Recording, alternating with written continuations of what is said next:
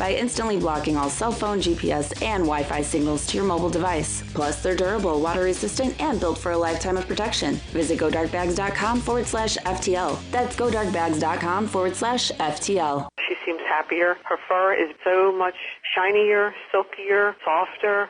She has really mellowed a lot. Sheba is 105 lean pounds of shiny, smooth, happy dog for life. The shedding has stopped. The itching has stopped. Since 2001, we've helped more than 250,000 dogs get over their nutritional deficiency miseries. And saved our customers bazillions in vet bills. Everything we tried failed except the Dynovite. Come to Dynovite for help. DINOVITE.com.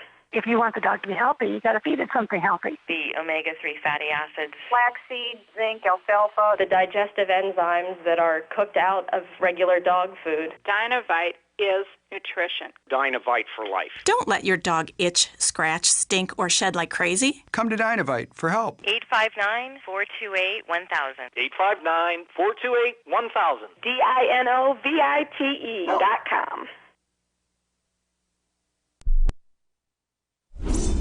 After decades of searching the cosmos, today NASA announced that what it was really looking for was right here on planet Earth all along. For years, we've foolishly chased after comets, moons, and stars. Outer space may be beautiful, but it's not as beautiful as the smile of a child, nor as sublime as a good bottle of wine shared among friends. Our search ends where it began, here on this big blue marble. Astronomers say that while their telescopes were pointing at Mars, they never even noticed the planet that was right in front of them. NASA now plans to appreciate what they already have. The agency's latest report, entitled Wonder is Everywhere, Finding the Beauty in the Everyday, calls for further study of the little things that truly give life meaning. Warm rain on a summer day, the smell of pine trees, touching the worn paper of your favorite book, that's what's always made us happy. Not some asteroid a million miles away. This is the Onion News Network. There are lots of ways to listen to Free Talk Live. Our podcast has been around since podcasts began, and now the FTL feed is loaded with content besides our full show archives. Did you know that we make it easy for you to customize your podcast subscriptions? We have different feeds, one that includes only our full shows, one with just the Daily Digest, and one with just the Edgington Post. You decide what you listen to. It's quick and easy to customize your feeds at feeds.freetalklive.com. That's feeds.freetalklive.com.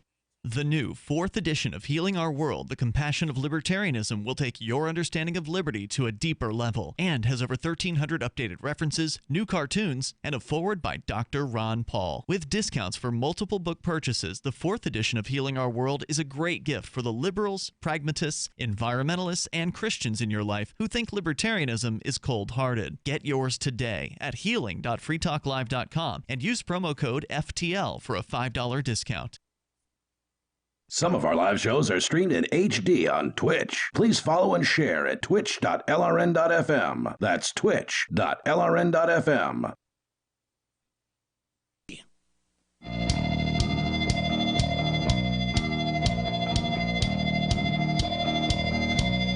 Free Talk Live. You're welcome to call in and comment on the Queen of England suspending Parliament or allowing Boris Johnson to suspend Parliament. You decide how you want that to go. The number, 855-450-3733. It's Mark with you. And Jay. That's 855-450. Free as in freedom. I'm going to get back into this article here from inews.co.uk, but first I want to tell you about Freedom's Phoenix. It's a liberty-oriented news aggregation site, and if you want the newest and freshest stories and perspective on current events from those who value liberty, freedomsphoenix.com is your source. Their daily dispatch is the best way to stay up to date on science, technology, historical findings, liberty news, government overspending, and the rise of the police state. It's Freedom's with an S, Phoenix.com. That's freedomsphoenix.com. I do get their daily dispatch every day. It's daily, after all. Twice a day, sometimes. And it's great. It's great for show prep. So there you go, freedomsphoenix.com. Yeah, there's always some fun articles in there. The Prime Minister spoke to the Queen on Wednesday morning to request an end to the current parliamentary session, a process known as prorogation. There you go. Never heard that word before, but I'll take your word for it. Responding to harsh criticism of his move, Mr. Johnson maintained that it was about allowing his government to pursue new legislation before Britain leaves the EU. Opposition leaders wrote to the monarch in protest over the prime minister's intentions in the strongest possible terms. So, I mean, I'm a little surprised this came down as quickly as it did, but this is basically what the expectation was, is once the prime minister asked the Queen to suspend Parliament, which hasn't been done in a very long time. Supposedly, the last time I heard about this was for the Gunpowder Revolution in, basically having to do with the monarchy being overthrown under Charles I. So you're talking about 400 years? So the English Revolution is what it's called. Right. So isn't this essentially another revolution? Because isn't the whole Brexit thing like a grassroots thing? Didn't grow up from that? Don't the people of Great Britain don't want to be, under the rule of 52% of them didn't want it.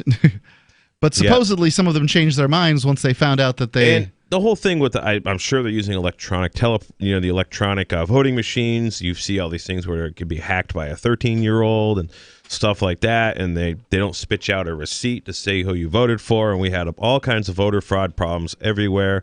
In the last couple of elections I paid attention to, did the whole watch the vote thing in 2012 and in 2008. And there's no real way to watch it once it goes under those voting machines. That's right. So, 52 to 48%, whatever. Yep, that's about right. It just sounds like a typically rigged election to me. Well, or one that's not. I don't know the answer. If they're that good at dividing us,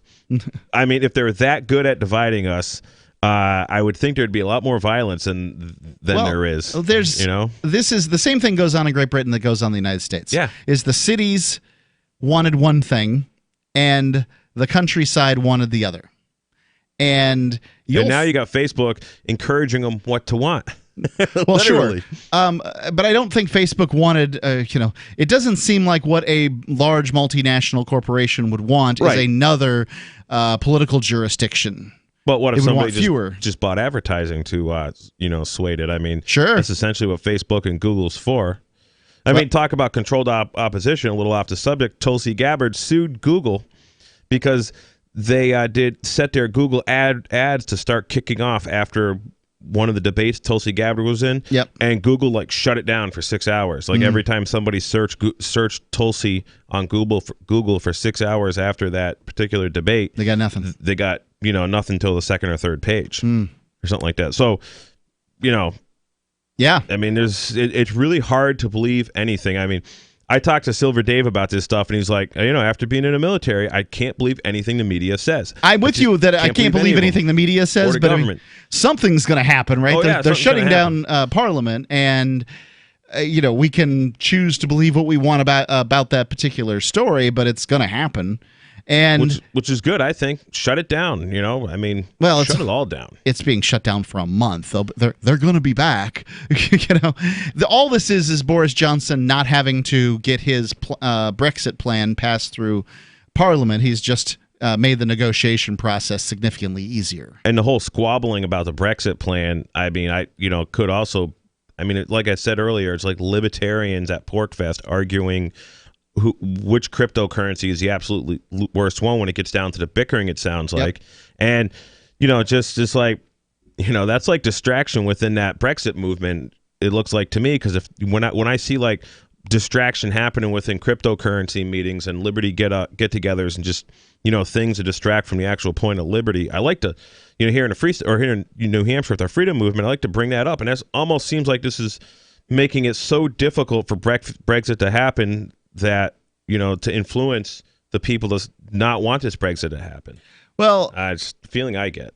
At this point, Boris Johnson's going to make Brexit happen, so it's more likely it's going to occur on October the 31st, no matter what, according to the, what they've got laid out now. And I hope the people of Great Britain receive, great personal freedom from the whole Brexit movement. I can't see how they're going to get anything that's going to change for them.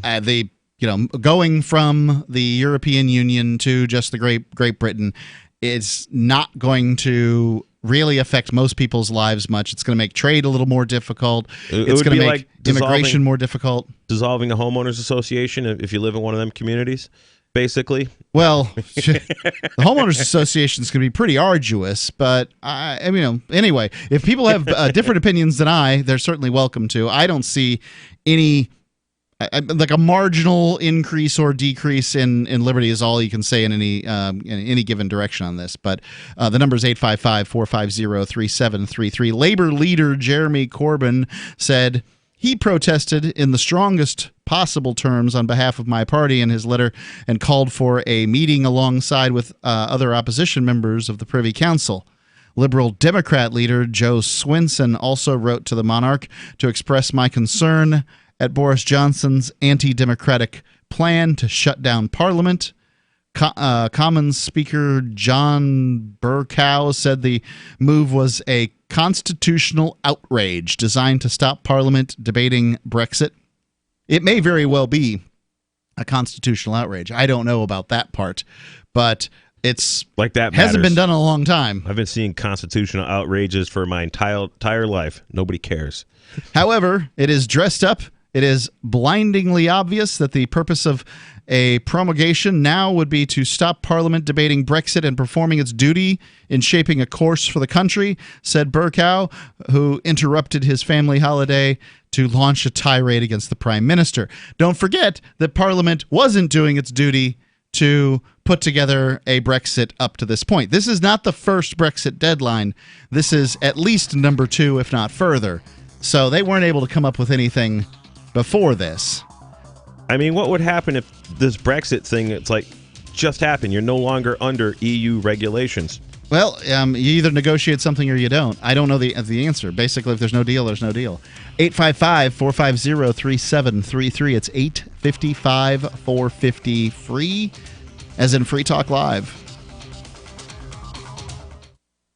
Do you have a crypto wealth advisor or coach? If so, has your cryptocurrency advisor been investing in technology stocks for over 20 years? Have they left the corporate world and retired? Or are they still trying to make a weekly paycheck? Have they produced six-figure results for their customers in the past 30 days? And very importantly, are they a member of the Digital Currency Council? Seth Maniscalco is the founder of Crypto Wealth Coach and CryptoWealthCoach.com. Seth invested in his first Roth IRA at 19 years old while living abroad and has been investing in Wall Street and technology for over 20 years. With experience in all the money markets. By comparison, so many of these so-called crypto gurus have barely been alive for 20 years. Seth has not only experienced personal success from his own investments in crypto, he has also helped his clients earn 6- and 7-figure incomes, including helping investors make over $750,000 in EOS in 90 days and 1,225% in only 5.5 months with Chainlink. Seth has help for the small do-it-yourself guy on up to crypto whales. Increase your wealth. Visit CryptoWealthCoach.com.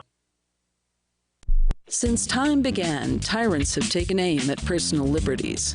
Now there's a movie that aims back. The government has no more right to tell us what to put in our bodies than they have to take our guns or tell us what books we can read. 6 drug police were eaten by bears while raiding a marijuana farm. On your knees, you dirty hippie! Jesus. On your knees! What's the problem, officer? Today, many cops who enforce pot laws do so only because it provides them with cushy jobs, good benefits, and a chance to push people around. I was an undercover narcotics officer. The drug war is nothing but a farce. The Second Amendment says you gotta keep you and your gat intact. Guns and Weed, The Road to Freedom. A film by Michael W. Dean and Nima Vadadi. DVD available now at gunsandweed.com or on Amazon. That's gunsandweed.com. Makes the perfect gift. Remember, that's gunsandweed.com. Cell 411 is a free app for Android and iOS that replaces government-controlled 911. Cell 411 allows you to preset a group of friends or private organizations to show up at any emergency. Cell 411 is a nightmare for the state because it proves their so-called services aren't needed. Cell 411 has had thousands of installs, and of course it's covered by the BIPCOT no government license. Cell 411 because your friends won't shoot you when you're in trouble. Without the government, who would build the emergency services? You and Cell 411. Get it today at getcell411.com. LRN.FM now has a Discord. Discord is a free text and voice chat platform, and we now have our own server with a bunch of channels at discord.lrn.fm. You can join other listeners as they chat about various things during our live shows or anytime, day or night. Discord software is available cross-platform, so you can have it on whatever device you want and take your chats anywhere. Join our Discord at discord.lrn.fm. That's discord.lrn.fm.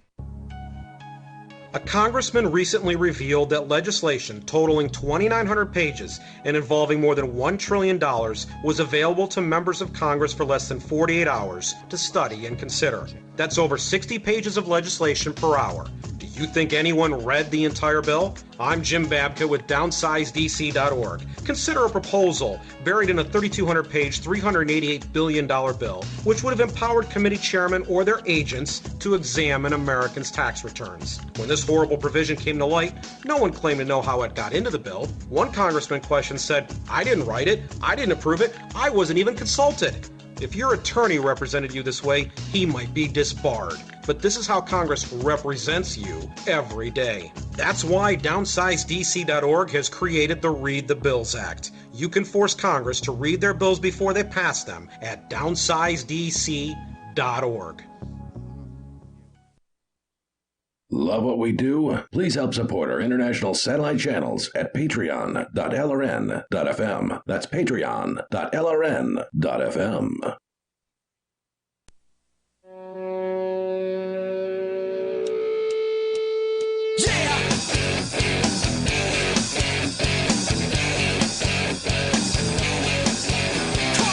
Free Talk Live.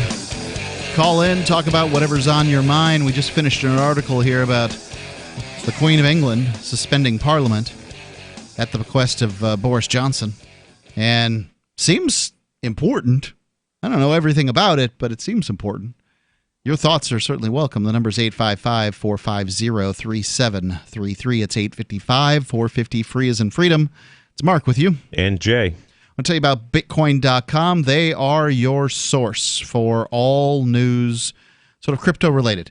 Certainly, they've got an emphasis on Bitcoin Cash. That's the cryptocurrency that they believe is most well-suited to help bring more freedom to the world. That's what their goal is over at Bitcoin.com.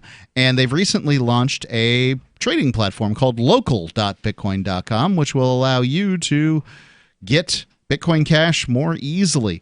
You can buy or sell Bitcoin Cash via dozens of payment methods like PayPal, Venmo, bank deposits, remittances, or meeting in person with cash. There are no ID requirements to sign up and use the site, and all communications between buyers and sellers are encrypted.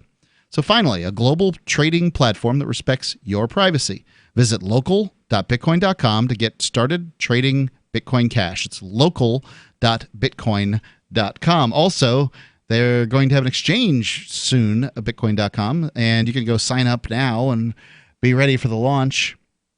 Bitcoin.com. I wonder if I can get on their exchange without that KYC stuff. Nope. No, they're going to require that. They're going to have to. Right. They pretty much have to. Otherwise, they're shut down. Offices are invaded and all that stuff.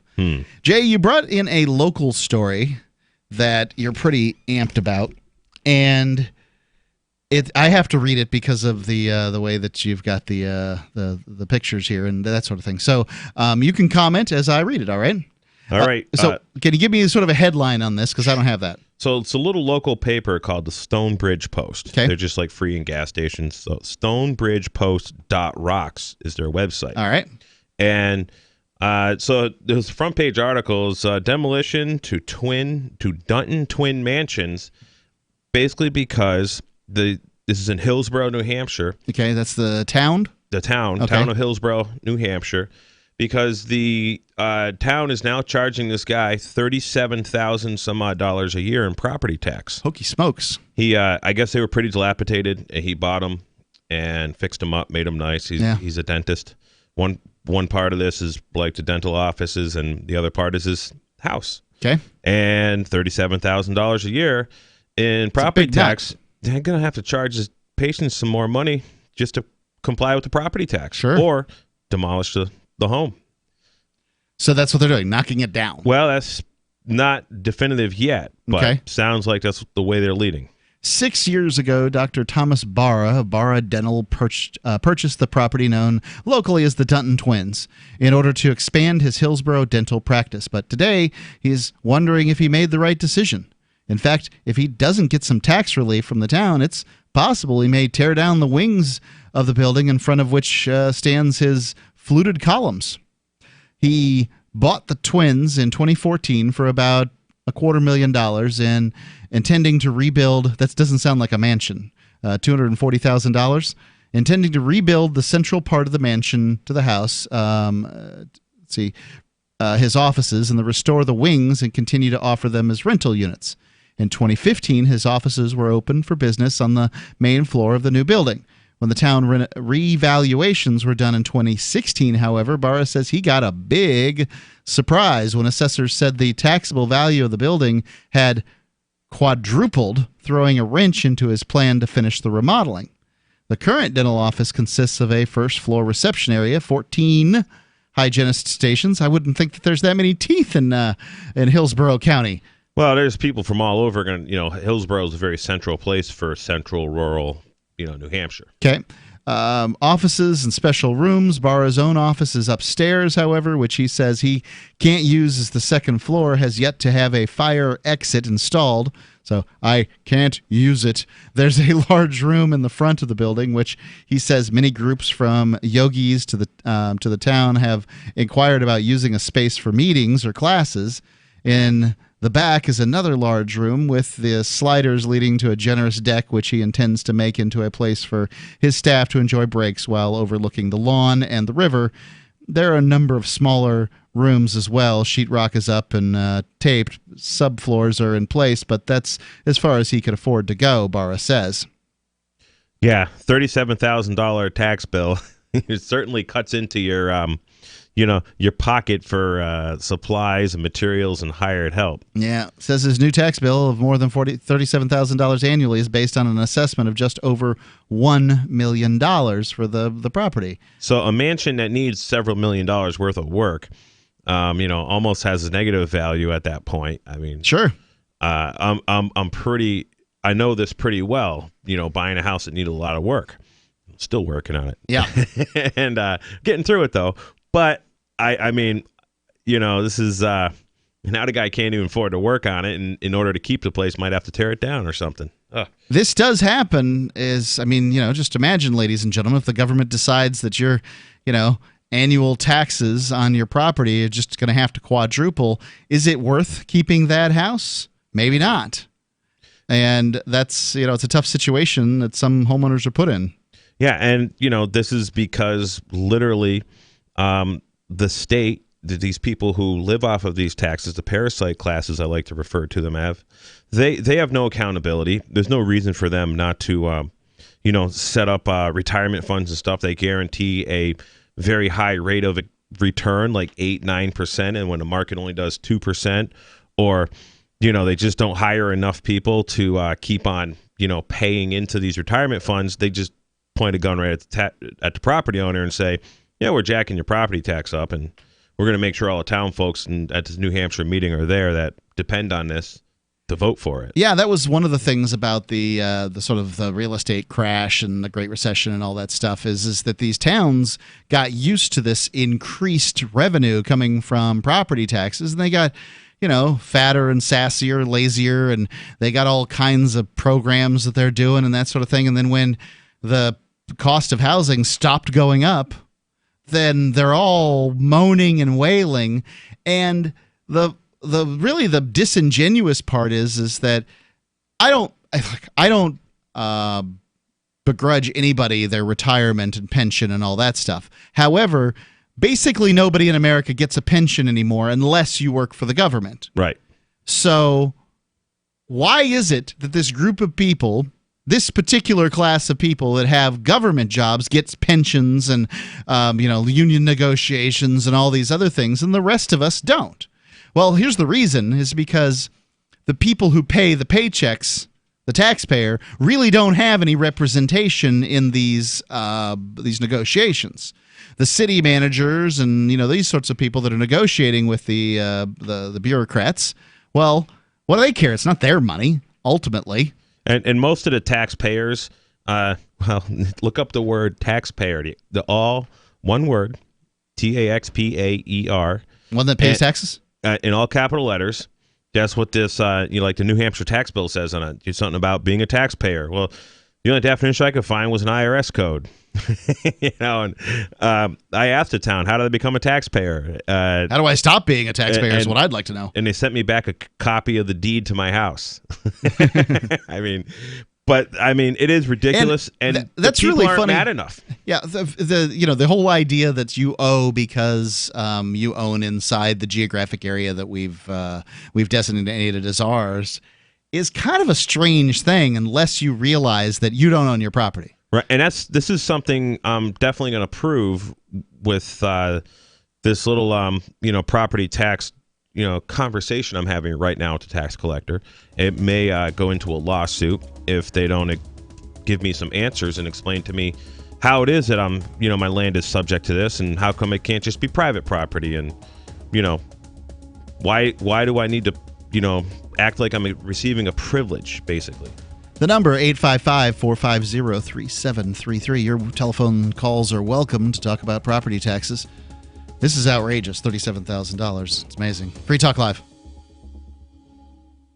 Most of you know that heart disease is the #1 silent killer in the U.S. What if I told you for just $54.95 a month you could fight against heart disease naturally? At Heart and Body Extract, we've been helping thousands of people get back to a healthier heart. Don't just take my word for it. Check out all of the success stories at hbextract.com, or to order, call 866-295-5305. That's 866-295-5305. hbextract.com. Don't risk it when you can take charge of it.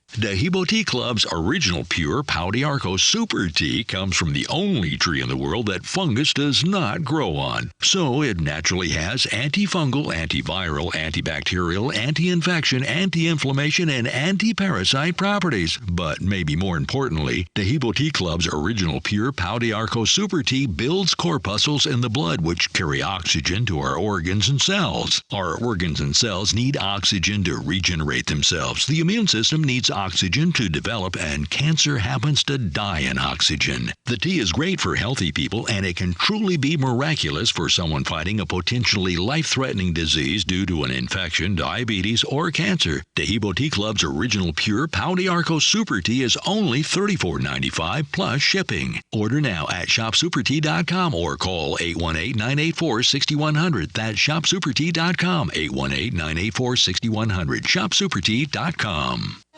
Fellow Patriots, my name is Todd Savage, founder of BlackRifleRealEstate.com. Like you, I was a prisoner of the alt-left sanctuary state until one day I chose to lead my family to freedom. Today we live on a sustainable 20-acre homestead where we shoot, hunt, garden, and homeschool our children without the tyranny of the nanny state looking over us. If you're ready to flee the city to the freedom of Idaho or Montana, our Black Rifle Real Estate team is here to help. Go to BlackRifleRealEstate.com. That's BlackRifleRealEstate.com. Don't you hate that feeling in the pit of your stomach when the police pull you over? Most people have no idea how to handle it properly, and they promptly get fed into the municipal fee-generating meat grinder. Or maybe you recall that feeling you get when you go to the mailbox and see one or more letters from the IRS. You get a sense of impending doom, don't you? So let me ask you, if you could learn how to use the law to beat the IRS, traffic tickets, almost any courtroom scenario, collectors, credit card debt, and even mortgage debt because of fraud perpetrated against you, would that be worth knowing about? Don't laugh. Investigate. Check out the life-changing benefits of the Lighthouse Law Club at their website, lighthouselaw.club. That's lighthouselaw.club. And while you're at it, visit the Lighthouse Law Club YouTube channel. You might be in for a pleasant surprise.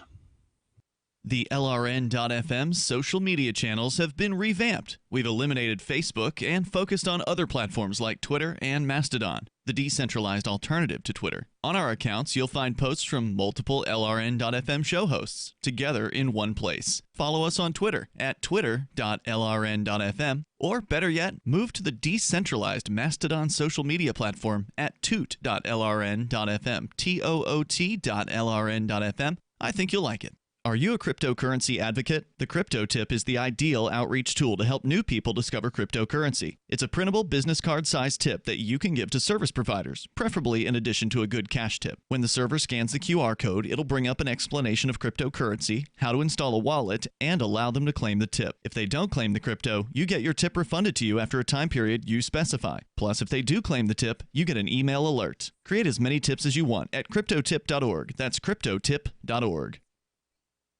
Now you can follow LRN.FM on the decentralized Mastodon social media platform at toot.lrn.fm, toot.lrn.fm.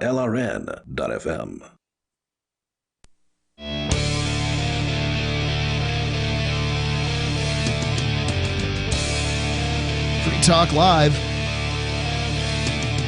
You can call in and comment on property taxes or anything else. It's Free Talk Live. You can call in and talk about whatever you want to talk about. It's Mark with you. And Jay. We're talking about a situation coming out of here, beautiful New Hampshire, where a dentist buys this sort of dilapidated mansion and refurbs it. Property taxes quadruple, and then he basically can't afford to do any more of the renovations. I mean, even like $9,000 property tax, what it was, is still way too much money. It's a lot of money. That's a lot of extortion. And what I find all very interesting about it is that, because I did this, right? I bought a piece of property, and the town did nothing to help me build on my property. And the taxes went from, just a plot of land, so a couple $100 or whatever per year, to like $3,600 per year. So that's even more than quadrupling. But, I mean, there was no building there to the building there. And this organization of parasites says, you have put an improvement upon our land. You will now pay us more. You have paid to improve the land, and now you will pay us for the joy of living in the improvement. And now, you could claim that, hey, what about the schools? Well, I've never sent my kid to their school. I wouldn't send my kid to a government school. Well, what about the fire department stuff? Well, I really do want fire service, and I'd be happy to pay for that. Yep. Let's contract with those guys privately. Right. I'm happy to put that together. But ultimately, aren't fire services, ladies and gentlemen, a socialization of the responsibility of the fire insurance companies? And that's more or less the way it was years ago, from what I understand. And this is why insurance companies are very pro property tax. Sure. Insurance companies want you to pay these things so they don't have to deal with things like paying a fire company to, somehow prevent fires or whatever. They want you, the taxpayer, to have to bear that burden, not them, the insurance company. And what about the roads? Well, okay, I like roads. I like them fine. But those are paid for through gasoline taxes. Allegedly. And there's a lot of gasoline taxes collected. I mean, I just want to talk to people about... If you can't pay for your roads with the tax on the fuel that you drive on the roads with, then maybe you need to either change the tax on the fuel, the tax on the fuel, get a new contractor, or learn how to budget. I don't know. I mean, it's hard to keep asphalt on the ground here in New Hampshire compared to most of the places around the United States, because we have this event called frost heaves. And also, when government is doing this job of maintaining the roads, which is very chronic, you have to do a lot. Of course, because government is just a parasite, and there's no accountability for it. When it comes to sucking off the host, they are able to give their cousin Vinny and others and campaign contributors really nice sweetheart contracts. You see this all over the place. Sure. I mean, this is happens all the time. Actually, Howie Carr, I don't know if you ever hear him, but I've been listening to him on and off growing up. He's a regional talk show host out of Boston. And he's always just talking so hardcore about all the waste with like state police, the pensions. I don't think anybody in their right mind thinks that the government is an efficient organization. It's just they feel like there's no other way to do this. And I mean, fire services used to be private. Yep. Roads are absolutely, positively, we have shown in the United States over and over and over and over again that private roads will work. And they do. And they can work. Especially when they have competing private roads. And think about this for a second, ladies and gentlemen. Would it bother you to have essentially free roads if companies got to advertise on them? Think about it for a second. Quarter-mile stretches of road brought to you by Walmart or Target or whatever, Home Depot or whomever it is that wants to pay for that stretch of road for maintenance and that sort of thing. And they want you to come to their stores often. Of course they want you to come get there safely. You have to be able to come to their store, otherwise they can't make any money. So keeping the roads, it behooves them. Maybe Amazon would not want the roads to be in good shape, so you stayed at home and ordered from them. Well, that's once they get those drones working. But yeah, I don't know how good the drones are going to be, bringing me 100 2x6s when I can just buzz a Home Depot and get them. Agreed. But one would ask, why does Amazon have to pay to keep roads going when they're flying drones around? Well, people don't realize, so Walmart, for example, has got thousands of semi-trucks that run down the road. I don't know how many they have, but they're everywhere. Many. And the registration on a semi-truck, just for they call it FET, federal excise taxes, depends on the weight of the truck and what states it goes through, but it's something like $3,000 to $10,000 per truck a year. And then you have, I know in New Hampshire, to register a tractor trailer truck, it's like for 80,000 pounds, it's like something like $4,000 or $6,000 per year just for that heavy registration. And then you got all this crazy insurance on top of it. But just in taxes alone, I can remember seeing years ago on the back of trucks, this truck pays over $10,000 a year in road taxes, and that was 20 years ago. It's got to be more than that. They deteriorate the road more absolutely. quickly than cars do or anything like that. But I mean, you got to have them. If it wasn't for truckers, we wouldn't have anything. A lot of money's being paid to maintain these roads right now. Way too much money. Right, and that's the other thing is that there's no responsibility. Yeah, I mean, let's say that the roads are great. Let's just say that for a second. Well, the Honda Accord's a great car. I don't know what one costs, but let's call the baseline $30,000 for your standard issue Honda Accord. Do you want to pay $60,000 for it? Do you want to pay $120,000 for it? It's a great car. Why don't you want to pay that?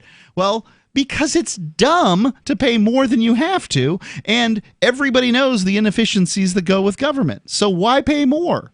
Well, because we can't do it any other way. If we don't have this group of liars and thieves, then whatever. I say to people, can you imagine if government built cars, you know what you'd get?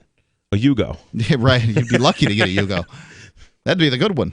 I want to go on with this story here from, what's the name of the newspaper? StonebridgePost.rocks is their website, but Stonebridge Post out of Hillsborough, New Hampshire. Yep. So the dentist met immediately with the assessors hired by the town.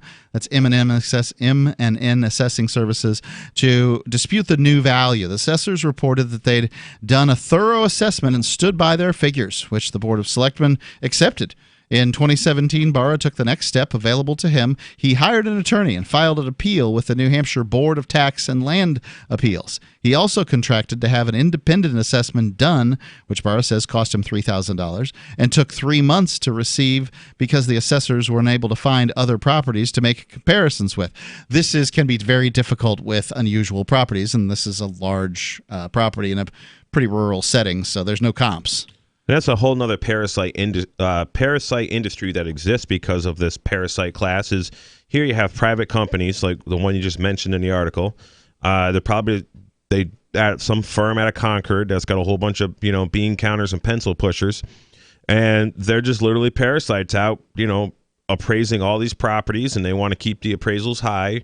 And I'm sure that they're the realtors want the appraisals to all stay high. Sure. It benefits their customer, that is the assessor's customer, the town, to keep the appraisal high. So I wonder if this assessment company has any investments in any way, form, or shape in a form of mortgage-backed securities.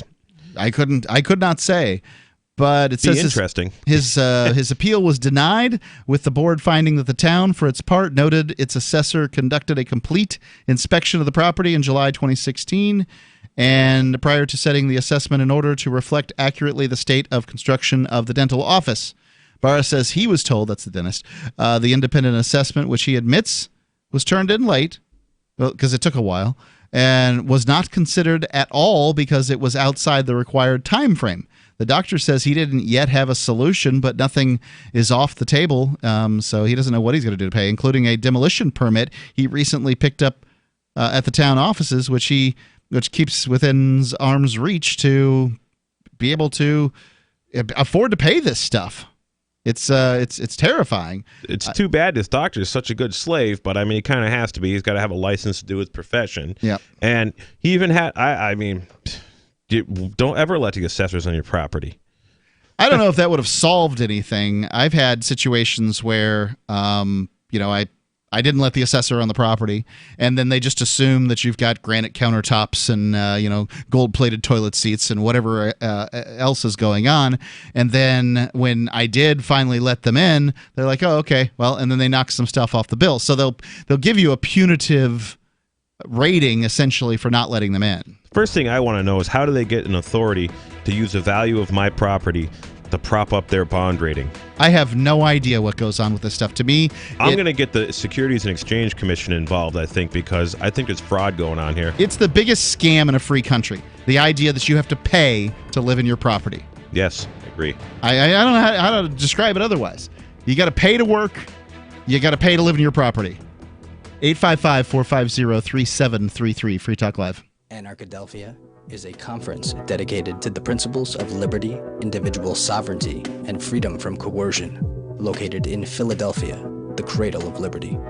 Anarchadelphia seeks to shed light on issues such as geopolitics, blockchain economics, spiritual health and wellness, as well as exposing the Earth's sacred hidden knowledge, featuring Mark Passio, Max Egan, Derek Brose, Jeff Berwick, and many more this September 13th through 15th. For info and tickets, visit anarchadelphia.com. Ever wanted to hook up with an attractive woman, but you couldn't because you were already in a monogamous relationship? Ever wanted to work when you wanted to work instead of having to report to an office when you would rather have done something else? There's another way to live.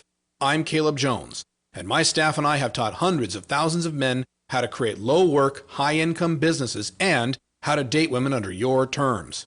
Go to freelifeinfo.com to download 7 free books and podcasts so you can live a life like this too.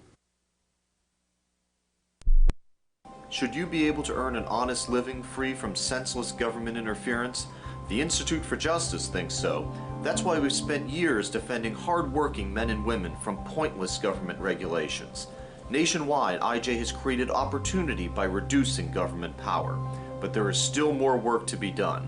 Visit our website today at ij.org. Let IJ take care of the government so you can take care of your business. Some of you asked, and now we've delivered. LRN.FM's live Keene, New Hampshire studio shows are now streamed in HD on Twitch. Visit our channel at twitch.lrn.fm and give it a follow. If you have Amazon Prime, you get 1 free subscription on Twitch. If you use it on our channel, Twitch will give LRN.FM a monthly piece of your Prime subscription cost. So please watch, follow, share, and subscribe to twitch.lrn.fm. That's twitch.lrn.fm. You're listening to the live edition of Free Talk Live. Hour number 2 is next after the news here on the Liberty Radio Network at LRN.FM. This is the Liberty Beat, your daily source for Liberty news and activist updates. Produced in partnership with SNLS News and listeners like you. Online at libertybeat.news and snls.news. I'm Mick Murrow with your latest edition of the Liberty Beat. Gold is trading at $1,543. Silver at $18.19. And Bitcoin is trading around $10,118. Today's prices are brought to you by InnoScale. Take off with Managed Cloud. Looking for a safe, secure way to store your important files online? Let InnoScale handle it for you. Their high availability cloud servers are the perfect solution for clients needing 1 or more secure, scalable servers with built-in hardware failover protection. For details, see them online at innoscale.net. In the news, Jeffrey Epstein sexually abused me for years. That's according to accuser Courtney Wild, who told a U.S. District Court in Manhattan Tuesday that Epstein's death, ruled a suicide, quote, robbed myself and all the other victims of our day in court, end quote. The Mind Unleashed reports that Wild called Epstein a coward during the hearing to formally dismiss the case against the dead pedophile. U.S. District Judge Richard Berman said Epstein's August 10th suicide was a stunning turn of events, and that accusers should be heard during the hearing because of their relevant experiences. Up to 30 women were expected to address the court, along with prosecutors and Epstein's lawyers. Lawyer Brad Williams, who represents dozens of accusers, said 15 women he represents will testify on Tuesday, while another 20 declined, some out of fear of public exposure, others because the way in which the case ended will never bring full justice, and they decided it was best for them not to talk. The Liberty Beat is sponsored in part by Brave Botanicals, high-quality kratom and CBD at reasonable prices with excellent customer service. Brave Botanicals is activist-owned and mission-driven, and believes so strongly in the power of kratom, they're giving it away for free. Just go to freeounceofkratom.com for a free ounce of kratom delivered to your door. Just pay shipping. That's freeounceofkratom.com. This is the latest edition of the Liberty Beat. Find us online at libertybeat.news and snls.news. Your news now continues. The fires in the Amazon have been among the top news stories in the world for the past week, because it's such an iconic location that's so important to the global ecosystem. However, it's important to note that the events come at a time where many other fires are also burning across the world, some even larger and more widespread than those in the Amazon. The Mind Unleashed reports that the areas affected include Angola, Congo, Spain, Greece, Alaska, and Siberia. The World Meteorological Organization announced that the fire season has been unprecedented for the Arctic Circle, with over 100 major fires reported in the region. In Siberia, it's been reported that over 21,000 square miles of the forest were recently damaged. Some reports from Global News and other outlets have indicated that the fires were started intentionally to conceal illegal logging activities, but the reports have not been confirmed. A New Jersey police department has unveiled technology that will allow 911 operators to stream video from callers' smartphones. For the time being, callers have to turn on the live video stream, meaning they're consenting and giving the police permission to see what's happening as they call. It's the first step to automatic surveillance upon calling people who are assumed to be there to help. According to RT, the technology allows the 911 operators to use the phone's camera and microphone.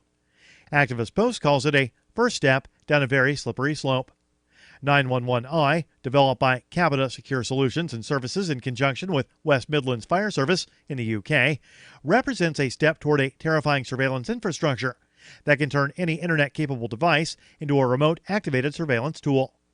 West Midlands Police were the first to embrace pre-crime technology in the UK, developing the National Data Analytics Solution to sniff out potential offenders and divert them with ostensibly therapeutic interventions. Support for the Liberty Beat comes from the Conscious Resistance Network, featuring videos, news reports, and articles from a spiritual anarchist perspective. Experience the Conscious Resistance at theconsciousresistance.com. How would you like to have your business featured on the Liberty Beat? You can. Just send an email to libertybeat@snls.news for details. This is the Liberty Beat, produced in partnership with SNLS News and listeners like you. The Liberty Beat is online at libertybeat.news and snls.news. I'm Mick Murrow, reporting for the Liberty Beat, reminding you, spread liberty with a smile.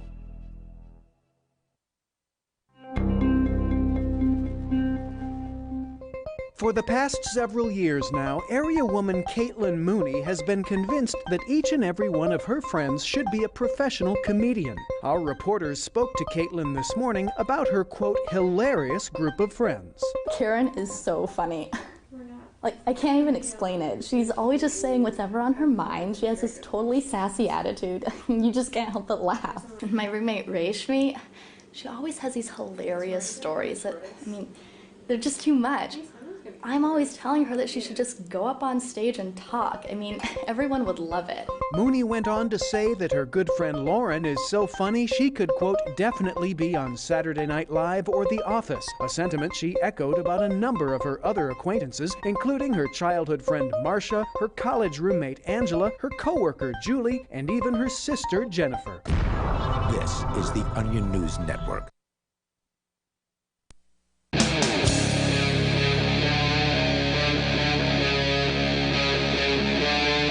Free Talk Live.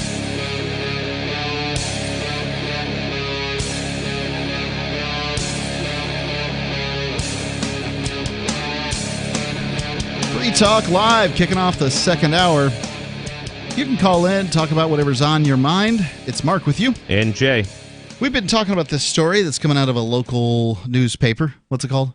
Stonebridge Post. The Stonebridge Post, about a dentist who buys some dilapidated buildings. You know, they call them mansions, but is it a mansion if it's not in very good shape? I think mansion years ago was Dunton Mansions, is this wealthy family place. I guess, it's just been abandoned for a long time. Right. So, he bought it for $240,000, which, depending on where you are in the country, you understand that to be extraordinarily low for housing. Middle of the road for housing, certainly for something that large, it's low cost. Or some places would still consider $240,000 for a house a lot. But either way, I don't think anybody would consider $240,000 a lot for a mansion. Twin mansions too. This is two. Okay, two mansions right next to one another. And then he goes about refurbing them to turn them into offices and that sort of thing, so that he can run his business and live there and that kind of thing going on. Set up a nice retirement for himself. And then they quadruple his taxes. He's not even done building. This further supports my, what I like to say to town parasites and at town meetings is the working class cannot retire because they're forced to pay for the retirements of the government sector. Yeah. The parasite class. Absolutely. The parasite class is the only one that still has things like pensions and these kind of things. I mean, all kinds of benefits that optical, dental, you're not getting that at work. Only they are. That's what happens when you have no accountability. So he's considering tearing down a part of the wings of this thing, part of the building. If he decides to tear down the twins' wings, he stresses that he would like nothing more than to be able to restore this mansion, which includes a hidden gem, a square wooden paneled room near the back, which, with intricate stained glass windows, a fireplace, carved trim. But there are also plenty of money pit nightmares like rotten water-stained wood in the attic roof, at least in those places where there isn't sunlight coming through.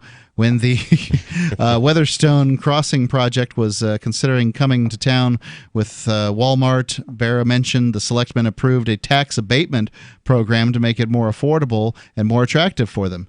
Each year for 5 years, the builders would have paid only a portion of the tax assessment, beginning with 10% and ending with 100% at 5 years. And he wonders if an offer like that might be a way to save the twins, that's the name of this mansions, and allow him to finish the project. Built in 1860s, it is a common misconception that the Dalton twins were constructed by twin brothers when in fact they were built by a successful merchant named Ephraim Dutton. It's Dutton twins, not Dalton. One was for him, and the other was for his son, Deacon Benjamin Franklin Dutton. The twin monikers refers to the fact that each of there's two buildings and they look the same. Anyway, I mean, basically, he could end up having to tear this building down in order to do this. In order to afford it. Yeah. And that's kind of what's the town care? What do they care? They don't care. They just want money. They want as much money, any parasite, as much money as they can extract from the host. And they're not going to negotiate. They don't have to negotiate. They may negotiate in this case because he's talking about tearing something down, and they want that revenue for the future. Now, that's a possibility, but that's really the only thing this guy's got. Do I tear down the thing that I just spent money on or not? It would be cool if a bunch of people called the town of town of Hillsborough, New Hampshire, tax collector tomorrow, and let them know how they feel about this, that this guy has to destroy his place in order to afford it, basically. I mean, this is going on all across the United States. But your tax collector needs to hear this. Yeah, well, nobody ever talks to these people, tells them that, hey, what you're doing is wrong. I object to this. What's going to happen to me if I don't pay? Everybody just complies, it seems like. So I knew the tax collector in the town I used to live in, and she was a pretty nice lady as far as tax collectors go. What would it have mattered had she decided that she's just, I'm getting too many calls here and I'm going to leave the job? somebody's just going to take over the job and do it. Sure. Or what I said to the tax collector in the town I'm on, hey, I'd like you to help me try to figure out how to own my property so I don't have to pay the state rent. And she was like, I don't like having to pay taxes either. I agree with you. We should be able to own our property. And I says, all right, cool. I says, we're going to figure this out. It'd be awesome to be able to figure out how to go from some kind of tax serf, which is basically what you are. I mean, property taxes come from quit rents, and quit rents are basically the amount that serfs had to pay the lord to be on the land. Usually it was done in grain, which was, grain's effectively a currency. It's non-perishable, at least or in the short term. And they'd take that in and then sell it off. Sharecroppers. More or less, that's what they were. And they had to give a portion of what they grew to the Lord. And if he decides it's going to be more, then it's going to be more. And if you don't have any more, they show up and they rough you up and they maybe, take something else you have, some tools, some equipment. They do whatever they want because they're in charge. And, I'm sure all the other serfs are like, well, that's the king, so you got to do what the king says. And in this age of abundance that we now live in, this modern day, we don't need kings. We don't need lords. No. We don't need dictators. I am very convinced we don't need governments. Governments, I can't find any good that they do. Well, I would say that a government is an organization that is as a model. We need government, but I wouldn't say that necessarily that government needs to be monopolistic or so centralized. Right. I mean, the idea that the town says we're going to provide school. Okay, I don't want the school. Fine, you don't have to go to the school, but you have to pay for it. Well, why would I have to pay for something that I don't want? Because we've said we're going to offer that service. We're going to have cops. All right. Well, what if I never call the cops? Well, you got to pay for them because they keep the town safe. Well, there's towns that don't have cops. No, that says it doesn't matter. You got to pay for it because we have fire department, like whatever the service is that they say they're going to provide. You'd better pay for it or you're going to be out on the street. There's no option here. That's a monopoly.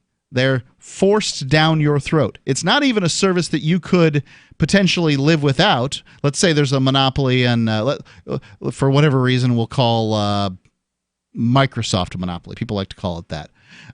It's not. It's a market maker, but whatever. So if you don't want to use a computer, you don't have to. Even if Microsoft were a monopoly, it's not. You have the option of whether you use it or not. But the government, which has the only true monopolies, are the ones that determine whether or not you're going to have to pay for police and school and fire and all these other things. And one of our most common fundamental rights is the right to have property, the right to have this land. We all need to have somewhere to live, be able to have access to growing a garden or whatever. And we have a right to land. Nobody has a right to provide that land, but once I've owned and possessed the land, I believe it should be mine. And we're being denied our right to own land every single day, everywhere. And I'm surprised more people aren't upset about this, but it getting to some pretty extreme standards. Well, this is the frog boiling, right? Yes. It all started with it's a pretty reasonable amount. We're going to keep the dirt roads maintained. If so, there's a washout, we'll come in and bring in some fill and take care of it. Well, it looks like the kids got to be able to read, so we're going to have a local schoolhouse and have a school marm there to take care of the kids and all these things. They're all very reasonable until you start getting to the point where these people are completely unaccountable, and unaccountable people are not known for being really very thrifty. So decades later, or even hundreds careful. of years later, the costs just keep going up. They're not even careful. No. Because they're allowed to be sloppy. The only difference between drunken fishermen and government agents is drunken fishermen own their money they spend. Right. They earned it. Yeah. They're certainly more responsible. The number, 855-450-3733. It's 855-450-FREE, as in Free Talk Live, or use the Discord lines at discord.freetalklive.com. I am giving away $100 in Bitcoin Cash on September 2, 2019. And I'm not giving it away because I like giving away money. Quite the contrary. It's because I need a favor. Please go to demo.freetalklive.com and fill out the survey there as thoroughly as you like. There's an optional email slot, and if you put your email in there, you will forever be signed up for whatever prize I'm giving to incentivize people that month to fill out my form. Advertisers need this info on our listeners, so fill it out as truthfully as you can, please. Demo.freetalklive.com.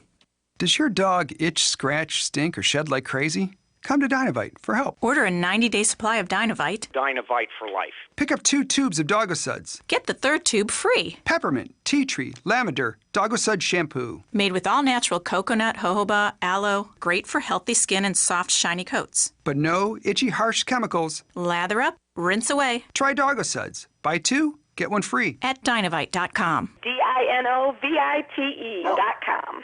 Gold has definitely been on the move recently, and there is no more secure investment historically. McIlvaney ICA has been helping people take delivery of precious metals and find storage options for decades. They've helped thousands of investors with their precious metal IRAs. Call ICA today for your free portfolio review at 800-525-9556 or download their free report online at ICAGoldSilver.com to learn how you can double your gold and silver ounces even within an IRA. 800-525-9556. ICAGoldSilver.com.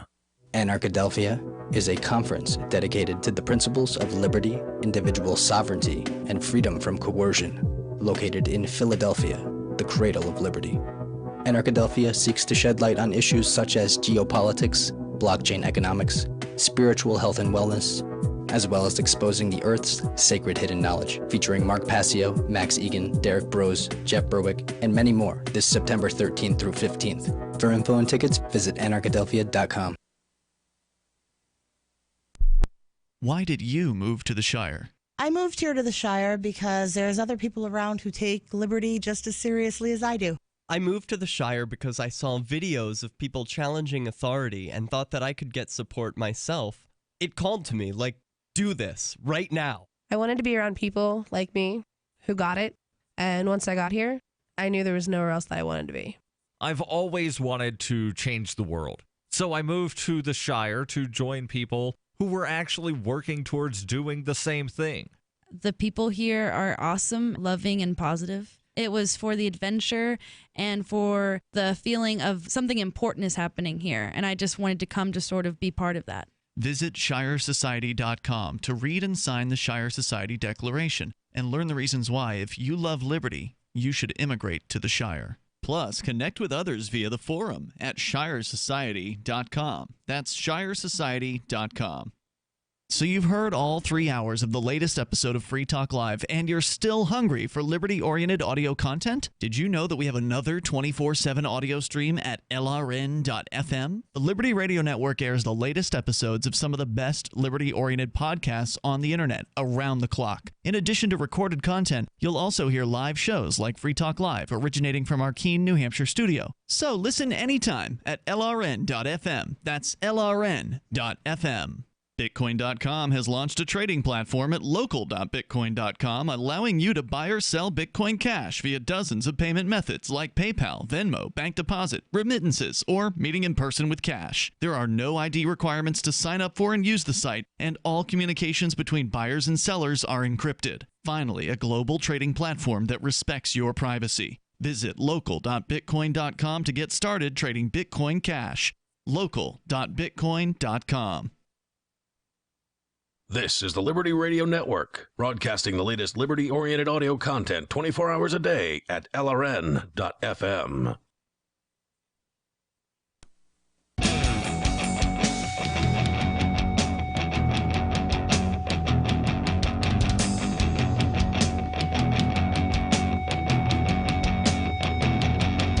Free Talk Live. Call in, talk about whatever you want to talk about. That's what we do here on Free Talk Live. You're free to call in and talk live on the radio. It's Mark with you. And Jay. And we just finished up this story about property taxes, and I think that's something that people don't think about very often as far as government intervention and the inconsistency of the idea of ownership and then having to pay what effectively is a rent to stay on your property. Especially if they're a renter. Yeah, I mean, well, renters really don't pay. I mean, they And there's most renters that are pro property tax and government employees. Sure. Based on my personal observations, because I ask people about this every day. Yeah, I'm sure that if you don't have to pay it, absolutely, you want other people to pay it. That's how it goes. I mean, of course, I want everybody else to pay taxes to support a program that is bloated and inefficient, so that I can use that program. Because what do I care if it's bloated and inefficient if I don't have to pay for it? Well, just like if you got free free health care, and your kid gets a sniffle, everybody's, a lot of these folks on like Mass Health was a big problem. They're at the ER once a week with their kid because it's got a sniffle. And this is, one of the things really, congesting the ER. And with the government employees, they don't care how much your property tax is, because generally they get a sweetheart assessment. That happens a real lot. That is actually a news article that's been, floating around for years from all different kinds of places and different examples. And of course, they're making, a good living off of the people's taxes. So they just don't care. They don't care. Going on, though, I think that something that hits the news a lot is minimum wage. There's been this fight for 15 and these sorts of things. And I've obviously been against minimum wage for a very long time. Not a surprise when you're dealing with a libertarian. But I think what is most interesting about it is that everybody, when they characterize the minimum wage, they characterize people who are, two income, head of household, making minimum wage, working many hours to make the bills meet and that kind of thing. I don't know what the percentage is these days. It used to be quite low, but maybe it's higher. I don't know. What the percentage of people who are working for minimum wage and paying rent and have kids and do these, have the whole adulthood shtick going on. I have no idea, but I suspect it's still quite a bit of minority of people who make minimum wage. And the thing you got to consider about minimum wage is that it's a price. It's the price for labor that is being trained. It's people coming into the marketplace. If you have two people, that adult we were talking about, at a $15 minimum wage, you have that one 25-year-old who's trying to make rent and has got a kid and all that stuff, and you have a 15-year-old, and you're the employer, and you got to decide who to employ. Well, you may very well decide to have the older person, because older people, the 25-year-old, because, an older person is just more responsible, more experience in life and all that stuff. Now, what's that mean for the 15-year-old? Well, they just don't get a job. And that's what's been happening. There's a lot of these kids, right? They're just playing on their device. They're, sitting at home. They're going to after-school programs. Yeah. I'm really happy my dad put me to work when I was like 5 years old. Right, you clean those stalls. I'm not even entirely sure when you could start claiming to have gone to work, because you worked in the horse business and agriculture, and basically you started by the time you could walk. You just began doing stuff. Your dad had things, but I was just a suburbanite kid. But I started working at 12. Yep, that's cool, and that's a good age to start working for a lot of kids. I think I learned more at the job than I did at school. I bet you did. That's useful. Show up, smile at customers, don't treat them like crap. The variety of things that one has to learn. It's amazing how, the social interaction skills are so required for almost any job that you can get right away. Like a job working any kind of retail at whatever it is, you need to interact with people, and you can't do it via Facebook or text message or something. And now this generation of kids, they're going to work later and later all the time, and all they do is complain about their jobs. They're depressed as they could possibly be. I bet they're fun to work with. I'll bet they're great to have weight on you. And it's a cycle that doesn't look good to me, and it all is associated with the minimum wage. Got an article here from Fosters.com. Sarah Scott reports, in New Hampshire, we have a lot of reasons to be optimistic about the direction our economy is going. New Hampshire does have a good economy. Record low unemployment, record high workforce participation, record high revenue from business taxes, and top economic growth in the region make for an environment of opportunity that is lifting Granite Staters up the economic ladder. Chris Sununu, that's the governor, veto of a bill that would have raised the state's minimum wage, provides another boost. Backers of the increase are well-intentioned, but the outcome of raising the minimum wage would be the opposite of their stated desire: fewer jobs and less opportunity. I don't know that I think that that's necessarily true. There's not a lot of people in New Hampshire making less than $15 an hour, I'm guessing. And There's a McDonald's that I walked through the other day. It's in a gas station with a McDonald's in it, and it's in Derry.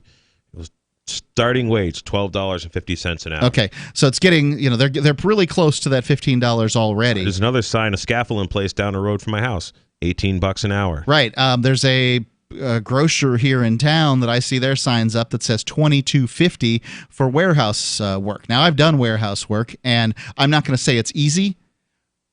That's but good it's work, not though. hard. That's good work. I mean, you got your back's in play, but people can do it. It's really good teenager work. The problem is probably someone using a forklift, so you probably got to be 18 to work there, for the insurance and all that. It'd be great if teenagers could do it, but certainly 20-year-olds can do it very easily, and that's good pay. And that means that, the market will. You don't need to put a minimum wage at $5 because nobody would work for less than $5 in New Hampshire. If they would work for less than $5, that should be their business, but they're probably pretty difficult to employ. I have actually, a couple of days ago, I had an 8-year-old at my house for a few days, my nephew, and that's what I paid him, $5 an hour.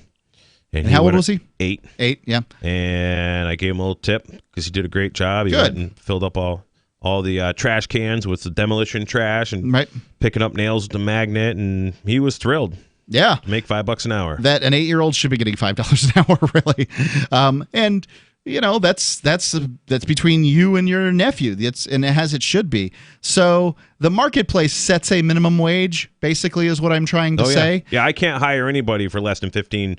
Actually, I really can't hire anybody for less than $25 an hour that's actually competent.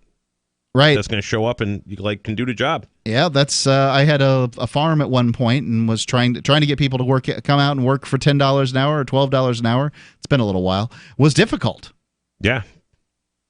Every person deserves the opportunity to use their unique talents to provide for their family, contribute to the community, and find gratification from their work. The role of state government is to allow for expanded opportunities for workers, not to limit them. Many business owners take chances by hiring entry-level workers.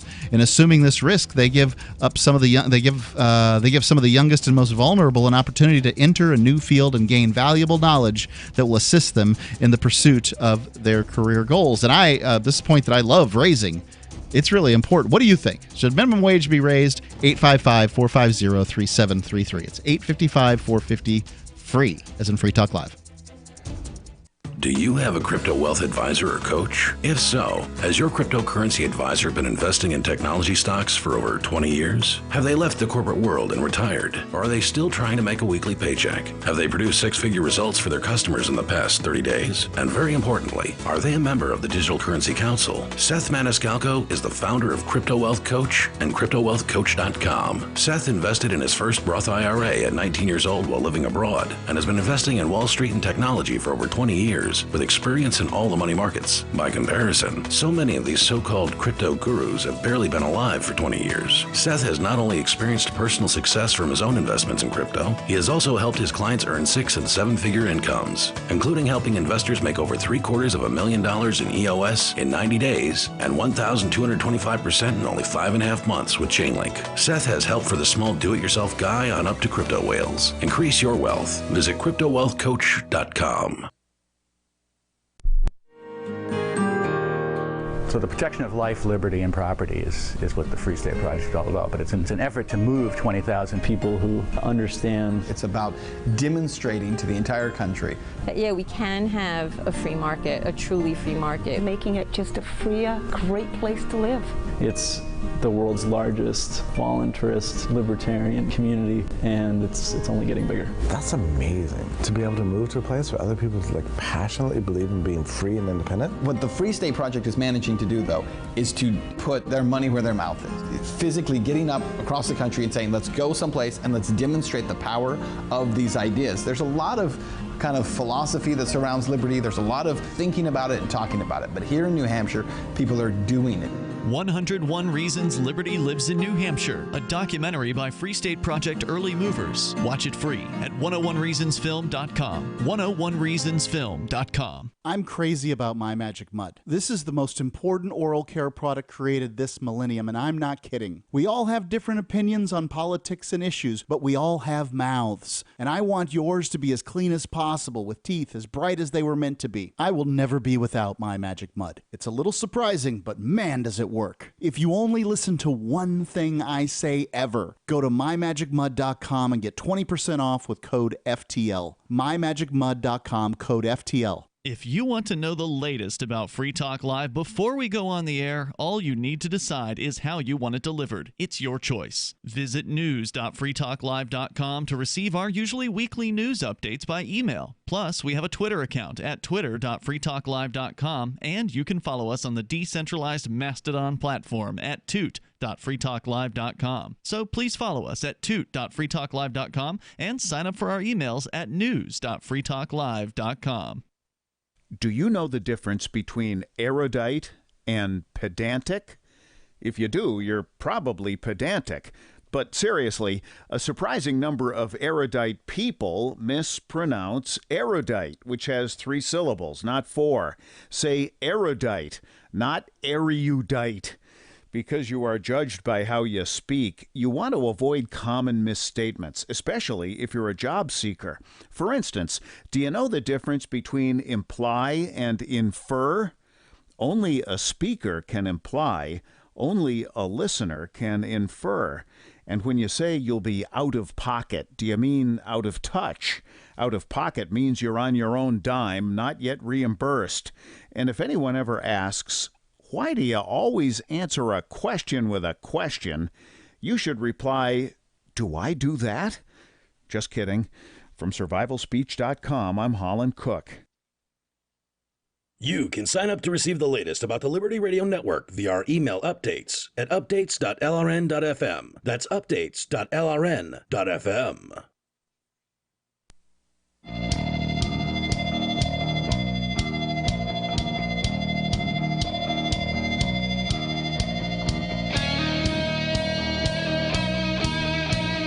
Free Talk Live. Call in. Talk about whatever's on your mind. It's Mark with you. And Jay. The number's 855-450-3733. It's 855-450-FREE. If you operate a retail business and you're looking for a solution for point-of-sale cryptocurrency acceptance, it's never been easier thanks to helpmetakebitcoin.com. There's no paperwork or approval process to open an account. If you already have a tablet at your cash register, you're almost done. Just visit helpmetakebitcoin.com and follow the simple steps. Within moments, you'll be accepting cryptocurrency like Bitcoin and Bitcoin Cash and Dash right at your store. You can get started now at helpmetakebitcoin.com. And this is a great way to create a new loyal customer base because they've got a little map there at helpmetakebitcoin.com so that you can find the businesses that accept cryptocurrency in your area, and people are doing that. helpmetakebitcoin.com. So, going on with this article here from Fosters.com about the minimum wage, and specifically talking about in New Hampshire, but maybe that's why I saw the article. But minimum wage is a bad idea generally. I like how in the article, when I look at it on my phone, the ad I see is now hiring. Join our team. Yeah, right. And some local company is advertising to me, hey, we want to hire you.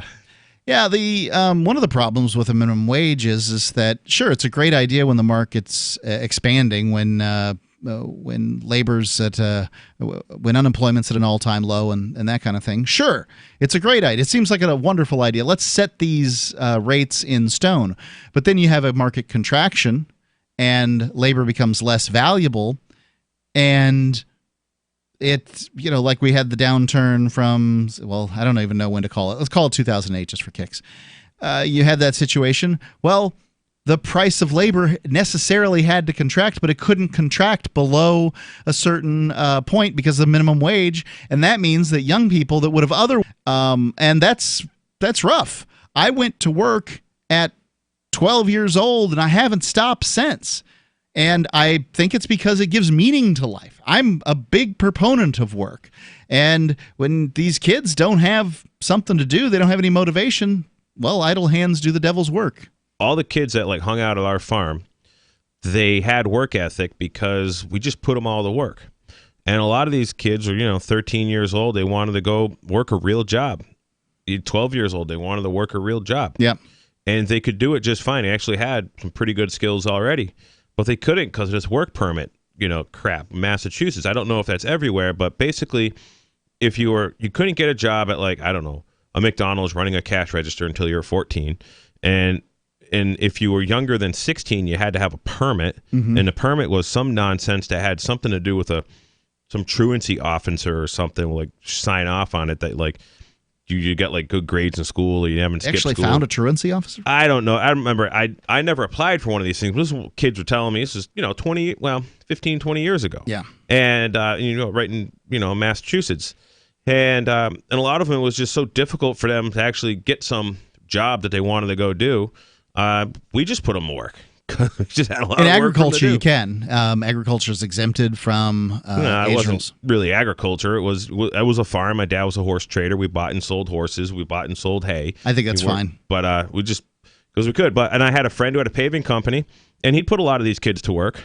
And he was, every now and then somebody would say, "Hey, OSHA's going to own you," and he'd be like, "Oh, they're my nephews and need something to do," And he put a bunch of us to work. 13, 14 years old shoveling asphalt. Researchers at the University of Washington who looked at Seattle's 2015-2016 increase from $9.47 per hour to $13 per hour concluded that it led to about 5,000 workers losing their jobs and to low-wage workers losing an average of $125 a month. Simply setting a higher minimum without regard to productivity reduces the opportunities for workers to gain experience in a field by limiting employers' ability to take on more employees and accept the risk of less experienced workers. The result would be decreased opportunities for those who most need a job and experience to improve their lives. If you've never had a job, it gets harder and harder to convince somebody to give you $15 an hour. Oh, yeah. I mean, I have actually had some kids that have wanted to come work with me. The hardest part's getting them to my place, but they're like, "You don't even have to pay me. I just want to learn. I want the experience." And I think that's really cool. Kids want to actually develop some skills. Let's go to the phones. We've got David from New Mexico. David, you're on Free Talk Live. Says David the bigot there. Are you a bigot? Yeah. Okay. Yeah. At least you know it. I'm gonna be today anyway. Does that have anything to do with minimum wage? No, but on minimum wage, that's unconstitutional. So you should start a revolution and overthrow your government like we did the Brits because they deserve it because they're doing illegal stuff like minimum wage laws. Okay. Yeah. Thank you. Inflation. Yeah, and same thing goes for property taxes. They're far excessive, far beyond what the Constitution allows. Except for those of us who have figured out how to beat the system and only pay $50 a year in property tax. How do you do that? Well, you live in an area where the property values are low, and the property taxes are equally low, and you live in a property that doesn't have much value, and you get taxed extremely low. So how do you keep the value of your property low? Is it just like just kind of a mobile home sitting on some land in New Mexico? Yeah, if you buy an aftermarket or used manufactured home, they don't appreciate; they depreciate. Yeah, they depreciate quickly. Yeah, and actually, you can make them as nice as you want with your own two hands or by hiring carpenters, and the value won't go up because they use a schedule. This make and model of manufactured home, 1983, whatever. It's worth X, and by the time that they're 3 decades old, they're all worth about $1,000. Right. So, and then they tax you $25 a year on that $1,000, and they tax you sitting on a 1 acre lot. They tax you $25 for that, and you're good to go. Yeah, I've certainly imagined this at times. I also have imagined doing the motorhome thing where, I think you probably have to trade the taxes that the mobile home park would charge you, but ultimately you can drive around in what they call boondock, park in places. Yeah, but you might as well. You can drive around in boondock, but you might as well just buy an acre of land for $500 or $1,000, and then you don't got to drive around in boondock. Right, you just park on it and put a septic system in, and you're fine. And until somebody comes looking around and says, or until somebody gets upset at you and they go tell the tax assessor, and the assessor company go, oh, there's a $100,000 motorhome there, and this is what they did to some people up in Grafton, New Hampshire. No, I can't even imagine how you do tax something with wheels. They do. They tax it as residential square footage, and then one of the guys went and registered one of these motorhomes, and because the motorhome was 2013 or something or whatever, they called it like a $100,000 motorhome, and then he had to pay. It was like $850 a year for the motorhome registration, for the tag, yeah, because it was the value, and it was only a few years old. You can jurisdiction shop when it comes to motorhomes and find the right states to. He just went down to the local town hall because they said that they were going to. But it would have been cheaper for him in that particular instance, I think, just to pay the square footage tax and the actual pay the registration tax. Indeed, right. And anyway, back to the bigot stuff. I wanted to take the opportunity to follow up on what I had called you on before when you were talking about you gave NPR a promotional plug. Hold the line. We'll find out what David's feeling bigoted about today. The number 855-450-3733. It's 855-450-FREE is in Free Talk Live. Hello, I'm Mike Lindell, the inventor of MyPillow, and like all of you out there, I had problems sleeping. Pillows would go flat, I would flip-flop all night long, I would wake up with a sore neck, maybe a headache, or feel like I needed a nap even though I slept 8 hours. When I invented MyPillow, I wanted it to where you could move the patented fill to give you the exact support you need as an individual, regardless of sleep position. MyPillow will get you into that deep REM sleep faster, and you will stay there longer. It's not about how much time we spend in bed, it's about how much of that quality sleep we get. I do all of my own manufacturing right here in the United States. I have a 10-year warranty. You can wash and dry my pillow, and I give you a 60-day money-back guarantee, so you have nothing to lose. And here's my best offer ever. You can buy one of my pillows and get one absolutely free. Go to MyPillow.com or call 800-870-0305 and use promo code GCN. That's MyPillow.com or 800-870-0305 with promo code GCN.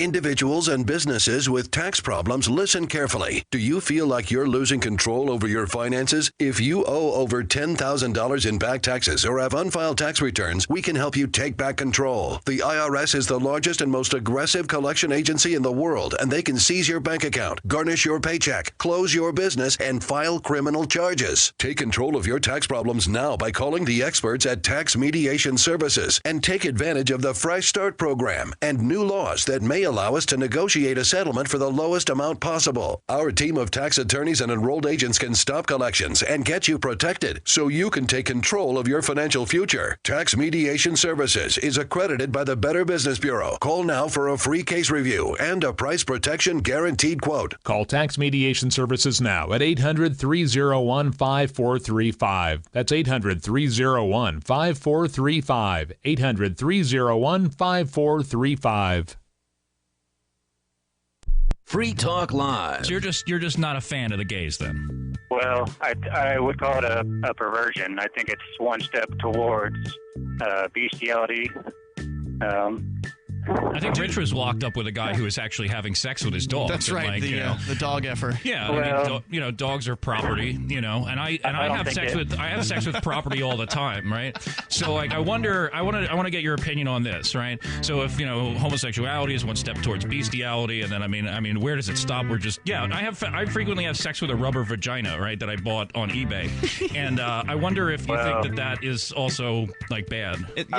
Where's that on the spectrum? I would call that a perversion too, as well. Okay, so I'm going to go to hell then. So, I wouldn't go that far. Am I responsible for the degradation of human society in America, sir? Free Talk Live, 7 nights a week from 7 to 10 Eastern, live on the Liberty Radio Network at LRN.FM. There are lots of ways to listen to Free Talk Live. Our podcast has been around since podcasts began, and now the FTL feed is loaded with content besides our full show archives. Did you know that we make it easy for you to customize your podcast subscriptions? We have different feeds, one that includes only our full shows, one with just the Daily Digest, and one with just the Edgington Post. You decide what you listen to. It's quick and easy to customize your feeds at feeds.freetalklive.com. That's feeds.freetalklive.com. There are basically two types of advertising, direct response and branding. Radio's great for direct response with its low cost to listener ratio, but audio can't be beat for branding, which is a longer-term endeavor. You want to be the first thing that someone thinks of when they think about your product or service. If you have a local business that you want kept top of mind in your community, call the station. If you need national reach, Free Talk Live's got around 200 radio stations, millions of monthly listening sessions, can suit all budgets, and if we don't think we're right for you, we'll tell you. Email me, mark@freetalklive.com. What's up next? Visit the Liberty Radio Network program guide to find out at shows.lrn.fm. That's shows.lrn.fm.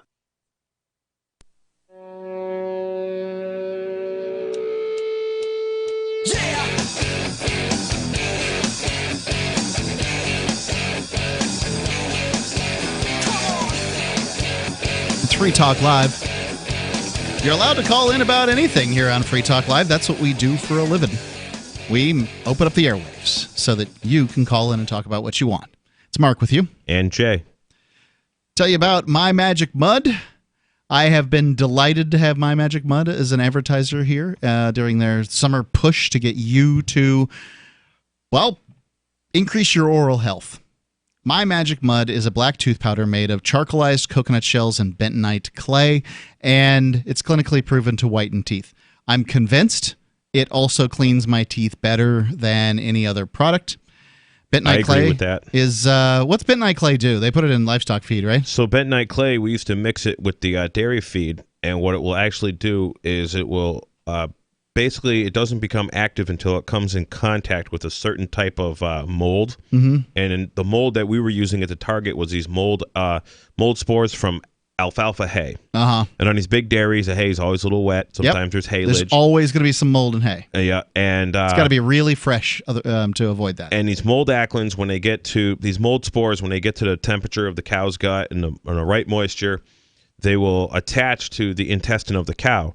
Well, literally, we would put like, I don't know, a couple of shovelfuls of this bentonite clay, which was like 25 or 30 pounds to like, I don't know, 6 or 7 tons of feed. Right. And just mix it in a feed truck. And I have friends who take baths in bentonite clay. I have friends who have it capsulized in their bug out bag in case you're like, if you're going to drink some water that you're not unsure of in a very dangerous situation, a little bentonite clay with it might save your life. My Magic Mud is available in most health food stores, Amazon, Sprouts, CVS, Natural Grocers, and Walmart's Natural Beauty aisle. Please pick some up. If you want to get some at a discounted price, and who doesn't, go to mymagicmud.com and use coupon code FTL20. That'll get you 20% off. It's mymagicmud.com, coupon code FTL20. And my endorsement for this product could not be higher. I have said that if you listen to nothing else I say on the air, you don't have to agree with anything I say. I still say, get My Magic Mud. This is the one thing I think you should listen to me for because, well, I think you should listen to everything I say because I'm like that. But, My Magic Mud, I love this product. I haven't been without it. mymagicmud.com, coupon code FTL20. It can only benefit your life, really. Right. I mean, what's the worst case scenario here? You have cleaner teeth? Let's go back to David, who seems upset about something. David, you're back on Free Talk Live. Worst thing that could happen, the bentonite train could derail on your family farm and blow white dust all over the place. Well, no train tracks next to my house, but yeah, well, I suppose it could jump the tracks from Vermont. Yeah, hearkening back to the story I told you on a previous episode when that happened to me when I was a little kid, bentonite. I remember you telling us about that. Busted open. It was kind of cool. It was like having Fort Walton Beach sand dunes in the cornfield until they cleaned it up. But bigoted. Let's see. So NPR on a couple different occasions, Mark expressed favor for NPR.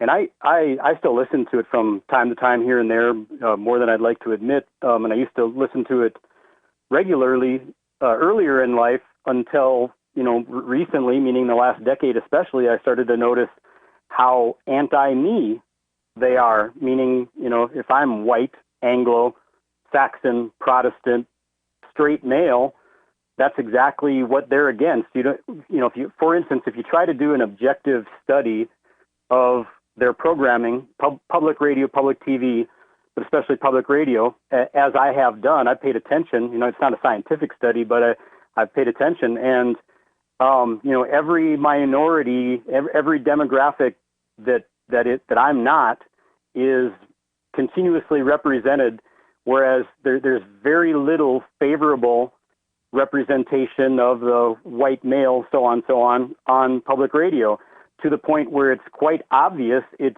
by intention and not simply by coincidence. So is that why you listen to us now? Yeah. Well, first of all, let me say that you are the single best program on radio, period.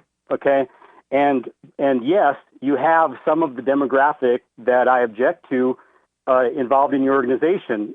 But yet you're still the best radio program on air, for my taste. But public radio. So what's Kai Rizdal? I mean, this is the guy that runs Marketplace, or he's the voice of Marketplace. I would presume he fits. No, well, by that you're picking. I think you're doing that on purpose. Kai Rizdal, both first name and last name, sounds like a Scandinavian name. I don't know. Does it? But let me give an extreme example, and probably the single most well-known program on public radio in syndication is probably Fresh Air. Fresh Air. Somebody wants Terry to argue, Gross. Yeah, Terry Gross. Yeah. Terry Gross is. She even gets mentions in the industry magazines, and nobody else does. I mean, she's the only NPR person you're probably going to hear's name inside Talkers magazine's articles. Right. So what I'm specifically objecting to be very clear, is leftists, and unfortunately for the Jewish population in this country are extremely overrepresented, in media, in every part of media, movies and whatever, but we're talking about public radio. And I pick on Terry Gross because she's an extreme example of favoritism.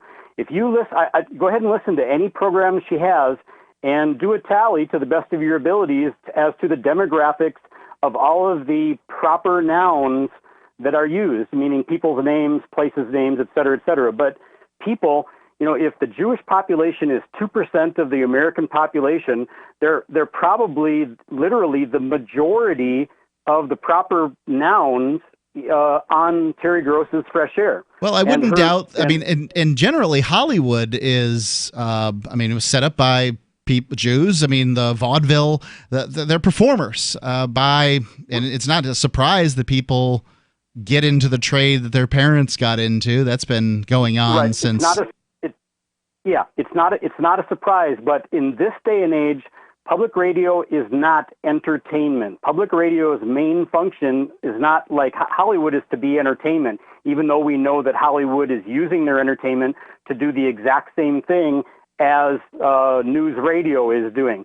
But NPR is in the business of pretending to be news radio, informative opinion. They're trying to influence your vote is the bottom line. But entertainment is a means to an end for the person who's doing it.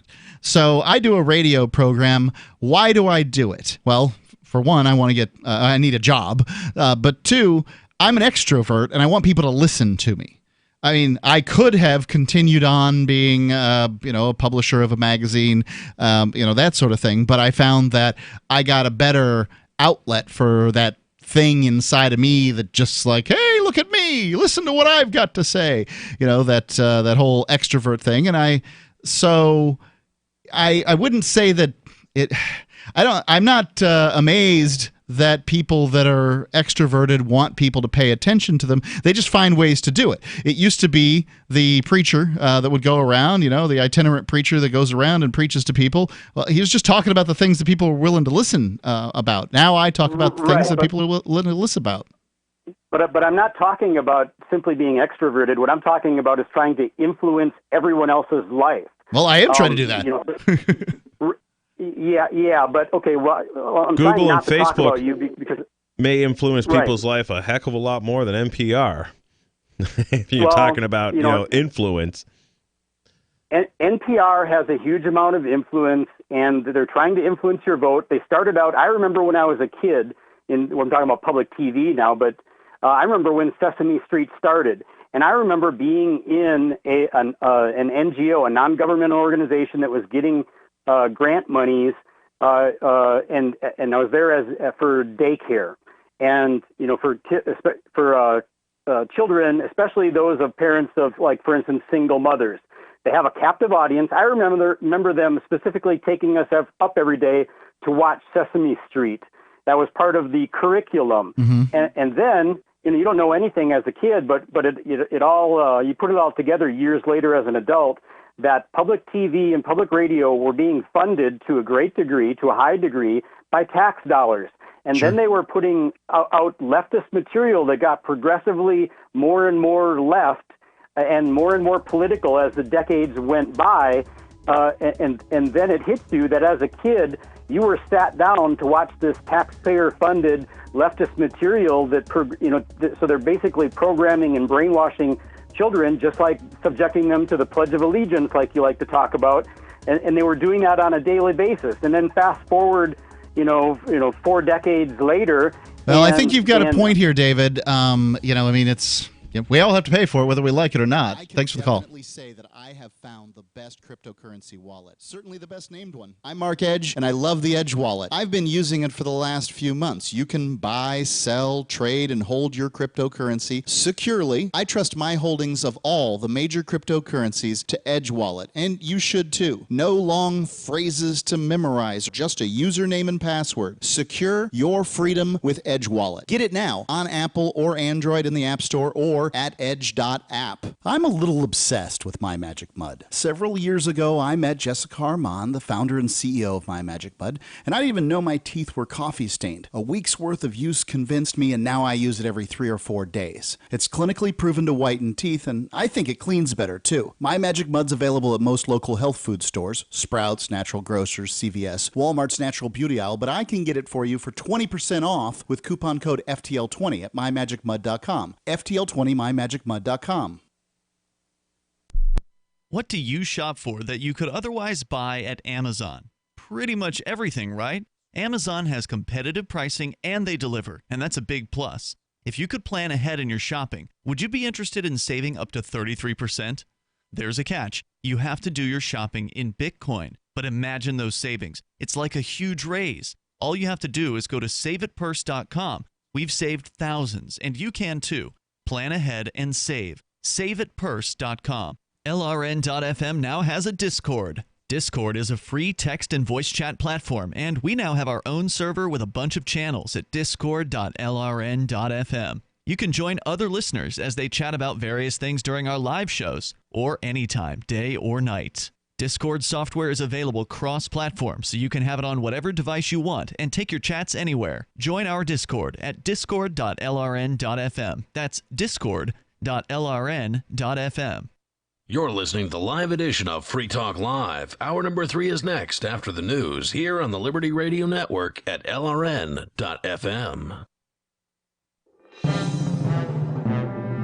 This is the Liberty Beat, your daily source for Liberty news and activist updates. Produced in partnership with SNLS News and listeners like you. Online at libertybeat.news and snls.news. I'm Mick Murrow with your latest edition of the Liberty Beat. Gold is trading at $1,543. Silver at $18.19. And Bitcoin is trading around $10,118. Today's prices are brought to you by InnoScale. Take off with Managed Cloud. Looking for a safe, secure way to store your important files online? Let InnoScale handle it for you. Their high-availability cloud servers are the perfect solution for clients needing one or more secure scalable servers with built-in hardware failover protection. For details, see them online at innoscale.net. In the news, Jeffrey Epstein sexually abused me for years. That's according to accuser Courtney Wild, who told a U.S. District Court in Manhattan Tuesday that Epstein's death, ruled a suicide, quote, robbed myself and all the other victims of our day in court, end quote. The Mind Unleashed reports that Wild called Epstein a coward during the hearing to formally dismiss the case against the dead pedophile. U.S. District Judge Richard Berman said Epstein's August 10th suicide was a stunning turn of events, and that accusers should be heard during the hearing because of their relevant experiences. Up to 30 women were expected to address the court, along with prosecutors and Epstein's lawyers. Lawyer Brad Williams, who represents dozens of accusers, said 15 women he represents will testify on Tuesday, while another 20 declined, some out of fear of public exposure, others because the way in which the case ended will never bring full justice, and they decided it was best for them not to talk. The Liberty Beat is sponsored in part by Brave Botanicals, high-quality kratom and CBD at reasonable prices with excellent customer service. Brave Botanicals is activist-owned and mission-driven, and believes so strongly in the power of kratom, they're giving it away for free. Just go to freeounceofkratom.com for a free ounce of kratom delivered to your door. Just pay shipping. That's freeounceofkratom.com. This is the latest edition of the Liberty Beat. Find us online at libertybeat.news and snls.news. Your news now continues. The fires in the Amazon have been among the top news stories in the world for the past week, because it's such an iconic location that's so important to the global ecosystem. However, it's important to note that the events come at a time where many other fires are also burning across the world, some even larger and more widespread than those in the Amazon. The Mind Unleashed reports that the areas affected include Angola, Congo, Spain, Greece, Alaska, and Siberia. The World Meteorological Organization announced that the fire season has been unprecedented for the Arctic Circle, with over 100 major fires reported in the region. In Siberia, it's been reported that over 21,000 square miles of the forest were recently damaged. Some reports from Global News and other outlets have indicated that the fires were started intentionally to conceal illegal logging activities, but the reports have not been confirmed. A New Jersey police department has unveiled technology that will allow 911 operators to stream video from callers' smartphones. For the time being, callers have to turn on the live video stream, meaning they're consenting and giving the police permission to see what's happening as they call. It's the first step to automatic surveillance upon calling people who are assumed to be there to help. According to RT, the technology allows the 911 operators to use the phone's camera and microphone. Activist Post calls it a first step down a very slippery slope. 911i, developed by Capita Secure Solutions and Services in conjunction with West Midlands Fire Service in the UK, represents a step toward a terrifying surveillance infrastructure that can turn any internet-capable device into a remote-activated surveillance tool. West Midlands Police were the first to embrace pre-crime technology in the UK, developing the National Data Analytics Solution to sniff out potential offenders and divert them with ostensibly therapeutic interventions. Support for the Liberty Beat comes from the Conscious Resistance Network, featuring videos, news reports, and articles from a spiritual anarchist perspective. Experience the Conscious Resistance at theconsciousresistance.com. How would you like to have your business featured on the Liberty Beat? You can. Just send an email to libertybeat@snls.news for details. This is the Liberty Beat, produced in partnership with SNLS News and listeners like you. The Liberty Beat is online at libertybeat.news and snls.news. I'm Mick Murrow, reporting for the Liberty Beat, reminding you, spread liberty with a smile. It's the Onion Radio News. An area man doesn't know what to do with all the extra ketchup packets. This is Doyle Redland reporting. After finishing his Big Bacon Classic combo, Erie, Pennsylvania resident and Wendy's patron Don Turnby, 38, expressed uncertainty today regarding what to do with all the extra ketchup packets. Turnby had asked for extra ketchup upon placing his order for a ketchup-necessitating Biggie fries. Well, I knew it was too many ketchups because I usually only need 3 or 4 for my biggie fries, but I just took them anyway. At his nearby home, the Turnby pantry is crammed with hundreds of other restaurant condiments, including single-serving packets of Taco Bell mild sauce, Arby's horsey sauce, soy sauce, McDonald's chicken McNuggets hot mustard sauce, pats of shed spread country crock from Ponderosa Steakhouse, and a selection of Smucker's jellies and jams from several area diners. Doyle Redland for The Onion Radio News, online at theonion.com.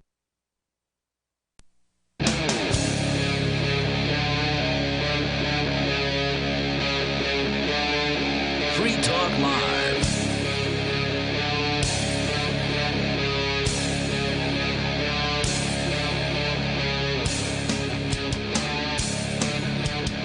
It is Free Talk Live, and you are free to call in and talk live here on the airwaves. That's what we do here on Free Talk Live. That's why we named it Free Talk Live. It's Mark with you. And Jay. The number, 855-450-3733. It's 855-450-FREE. We are talking currently about minimum wage laws here in, specifically the article is about the state of New Hampshire, but frankly, this applies everywhere in the world.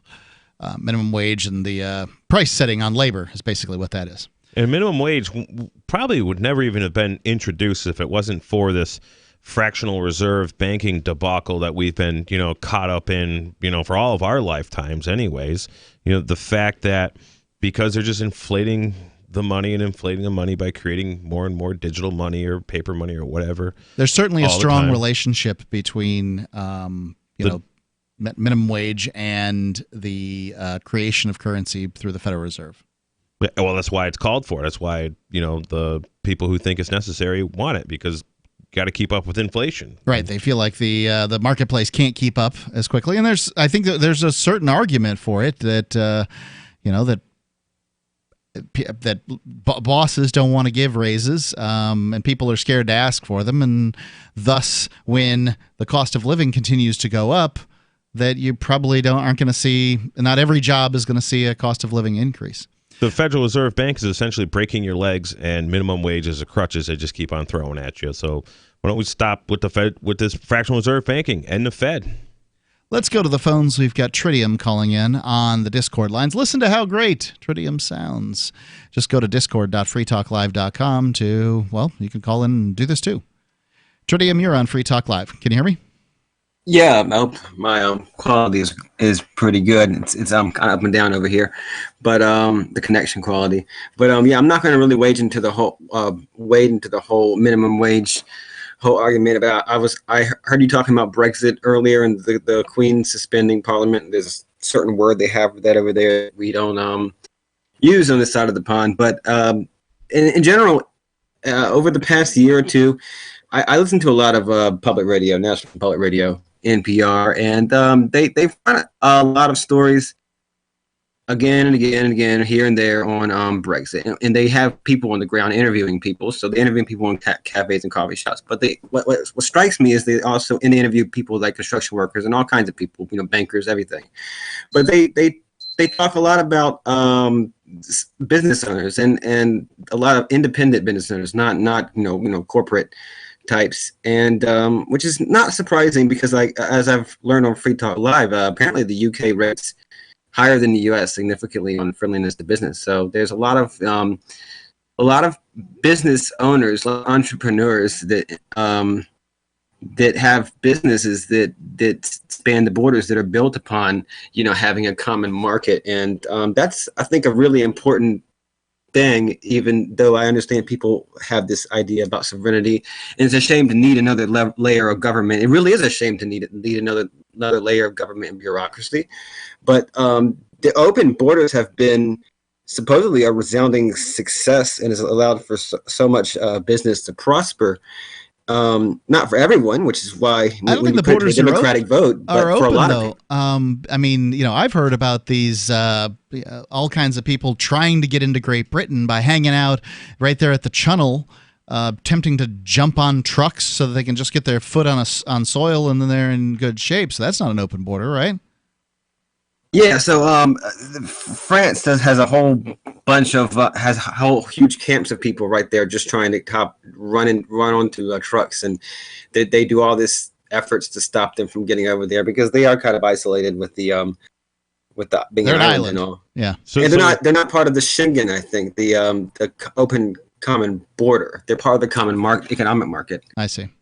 With this, and it's weird. Yeah, they're not part of several things. Like they're not with the euro and stuff like that. I could be wrong with the Schengen, but they're not going to be in the future if they crash out. But like they were talking about the other day, like Northern Irish dairy farmers will pick up, like will give their milk to Irish people who go across and get more milk, and they process it in Ireland and they send it back to Northern Ireland. There's no border. It's just like the same country.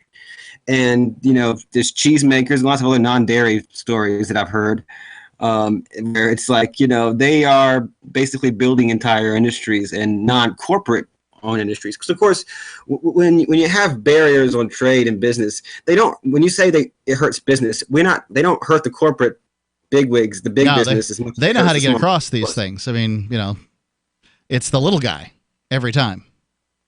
Always, yeah. That's what regulation always does. So I mean, as someone who has a goal to be a successful entrepreneur and who wants small businesses in the decentralized economy to be a thing, I've got to wonder when putting it to a democratic vote. It's like you're just putting people's feelings. They don't have to know. And I know I've heard people contend you don't need to vote based on the truth, but those people tend to not really put a lot of value in voting anyway. And neither do I. But you're just asking everybody, hey, who cares what you know? Just because they're not going to stop Muslim migrants because that's not been a part of the EU. That's been something that's been British policy the entire time. Now they do have a bunch of Polish people, and now they're going to have Romanians, and then they're going to have Bulgarians, if not already, then very soon. That's a problem for them, but it should even. I mean, there are pros and cons. I understand why people feel upset about it, but I think it's going to hurt a lot of people that, honestly are taking advantage of some certain level of economic freedom in the UK. And that's something to take into consideration. Yeah, if there's a problem with immigration, it's likely because of the social welfare safety net that's set up there in Great Britain and throughout the EU. Because what has traditionally been the case is that immigrants come to a country, they work their butts off, they make a better life for themselves and consequently for their children. And that's something that you want. I mean, up until the advent of the social welfare safety net, everybody wanted more people. And the group of immigrants you spoke about that come here and work, I worked with a bunch of those guys in Colorado, and I really liked those guys. They were great workers. They were honest people. They were better by far than any of like the white guys I worked with. Is this like Polish and no Mexican guys? Oh, Mexican in guys. Colorado on the farm. That's their version of Mexicans, pretty much, I guess. But no, those people work hard. They're going to undercut wages, I guess, is afraid. But you got to understand, they have a nationalized healthcare system, so everybody's in that welfare program. And they said there's huge long lines, and all these Poles and Romanians are in line to, get their medical. But that's because they have a nationalized service, so. If they're working and they're paying taxes, then it shouldn't be a problem. If the program's being administered properly, then what's the big deal? Well, the chances are it's not being administered properly. And that's the problem. The libertarian look at the borders, what I would say the libertarian look at the borders here in the United States is have an open border, but no prohibitions and no welfare. And because you're going to have people that come here to work, and then there's always the people that are going to come here and siphon, and then the people who are going to bring in the contraband. Well, if contraband doesn't exist, then there's no black marketplace for these drugs that they're importing, and which that's a BS anyways. I mean, as far as I'm concerned, it's the federal government and CIA that brings all the major drugs and street drugs into the country anyways, not, people running across the border with a backpack full of crack. We know that somebody, the federal government has been involved in some manner in importing drugs. We know that much. Now, as to how much it is, can't say. Well, the drugs... Tritium, thanks for the call. The heroin that comes from Afghanistan that's producing 17,000% more heroin than, when the Taliban ran Afghanistan, that's not being smuggled by, illegals with backpacks over the border. I highly doubt it. Well, the opium products can be used legally. I mean, it's not that...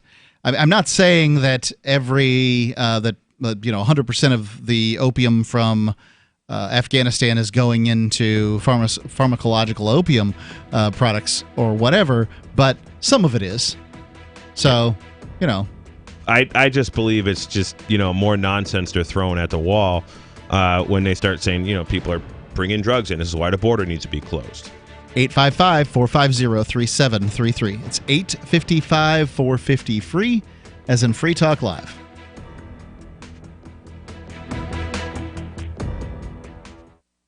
You love Bitcoin. It's the future, right? Well, no, not if everyone stops using it. I mean, think about it. How many places in your town take Bitcoin? One? None?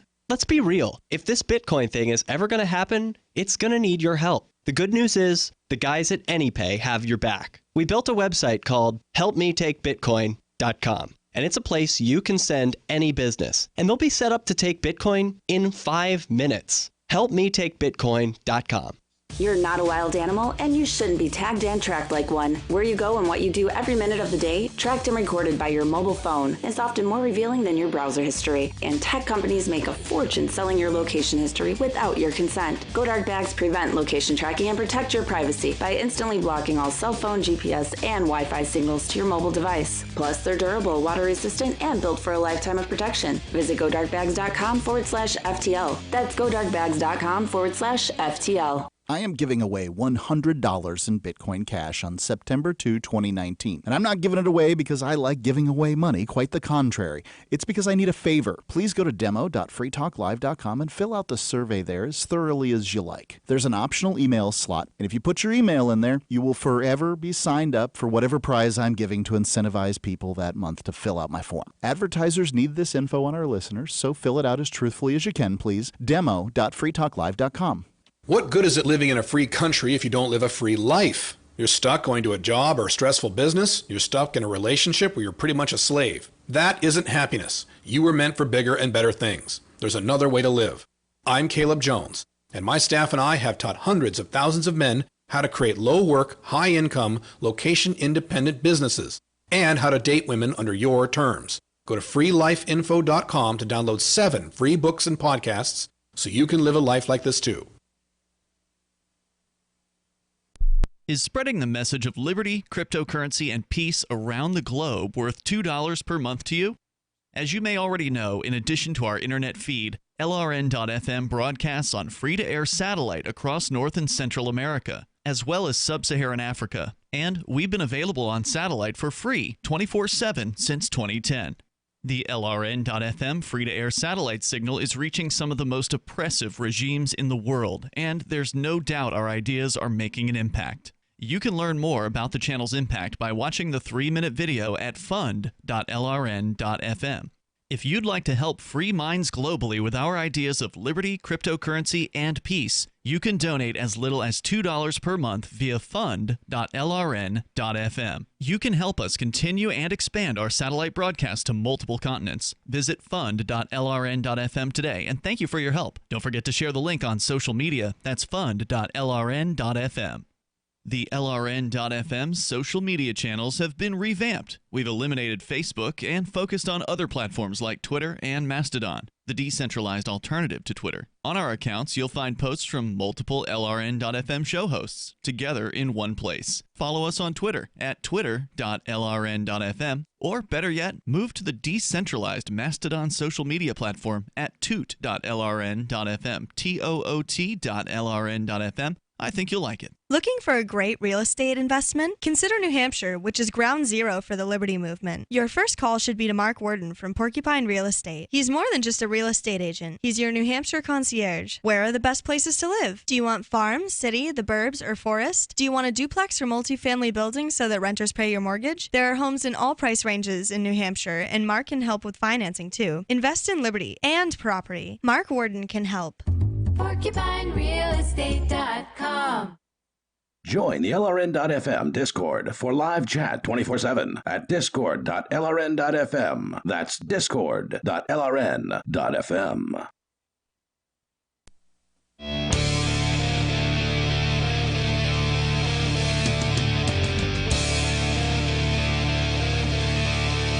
It's Free Talk Live. You're free to call in, talk live about well, whatever you want to talk about here on the airwaves. Just talking about, well, necroing a topic from the first hour, Brexit. And we've been across the board with minimum wage laws and the UK, the Queen suspending Parliament and property taxes and all kinds of stuff going on here. It's Mark. And Jay. Tell you about Liberty stickers. If you want to reach people with the ideas of liberty, you can do it from the back of your car with libertystickers.com. You can reach thousands of people with a bumper sticker, and people love to read them. Check out the vast selection of witty, poignant, pithy, and downright bombastic liberty-oriented messages at libertystickers.com. It's libertystickers.com. Let's go back to the Discord lines. Bill Foster's calling in from the UK. Bill, you're on Free Talk Live. Hey, I was just calling in real quick to kind of confirm something that the last guy said. Okay. Just to kind of, because I was listening and he was talking about the border. And in the United Kingdom, we don't have an open border with Europe. We have an open border with the Republic of Ireland. So if you're crossing from the Republic of Ireland into the United Kingdom, you don't need to show any kind of documents to do that. You just cross the border and there's no border there. But to cross from the United Kingdom or from the Republic of Ireland onto the continent of Europe, then you do need to show kind of like a passport and that kind of stuff. How often do you pass between France through the Channel? I've never passed through the Channel myself, but I travel quite a bit to the continent. I've done a lot of stuff over there. But, usually on planes? Yeah, on plane. It's the easiest way to go. I was just wondering, have you seen these droves of people hanging out by the entrance to the Channel, waiting to jump onto the latest lorry that's going by? No, I did drive through there not too long ago, actually, but I didn't really see anything like that. But to be honest, that camp was it's a bit old by now. I think the French have mostly moved people on from where they were originally. But no, most of the time I'm just flying from like Amsterdam to you don't see a lot of people camping outside Amsterdam airport usually. Hey Bill, when you say people crossing between the Republic of Ireland and the UK, when you say Republic of Ireland, is that Southern Ireland or Northern Ireland? To like paint a little better picture. That's Southern Ireland. Yeah. Okay, yeah, so it's just Ireland. because Northern Ireland is a territory of England, right, or the UK? Yeah, no, Northern Ireland is part of the United Kingdom, so usually people call that Northern Ireland, and then you can call the rest like the Republic of Ireland because it's a republic. They don't have a queen anymore. Okay, thank you. Yeah, I mean, it's for Americans, it's not difficult to imagine what's going on here. We pass across borders all the time without showing identification. I've gone through. I often go from New Hampshire to Vermont to Massachusetts, and I'm crossing borders there of states that are supposed to be sovereign according to the Constitution and don't have to show any kind of ID, and that's basically what's going on. So is this? But if you want to go to Quebec, which is Canada, it's a little different story. Got to show something. So is this Schengen territory or whatever that the caller was talking about? I'm afraid I don't have a map for that.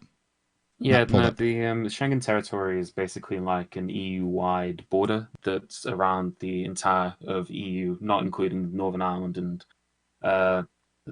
Ireland and Britain, and I don't think it includes Malta either, or Cyprus, but it's basically all these countries in Europe, instead of having internal borders, so there's no border between France and Poland, you can drive from one to the other without ever being stopped by anybody.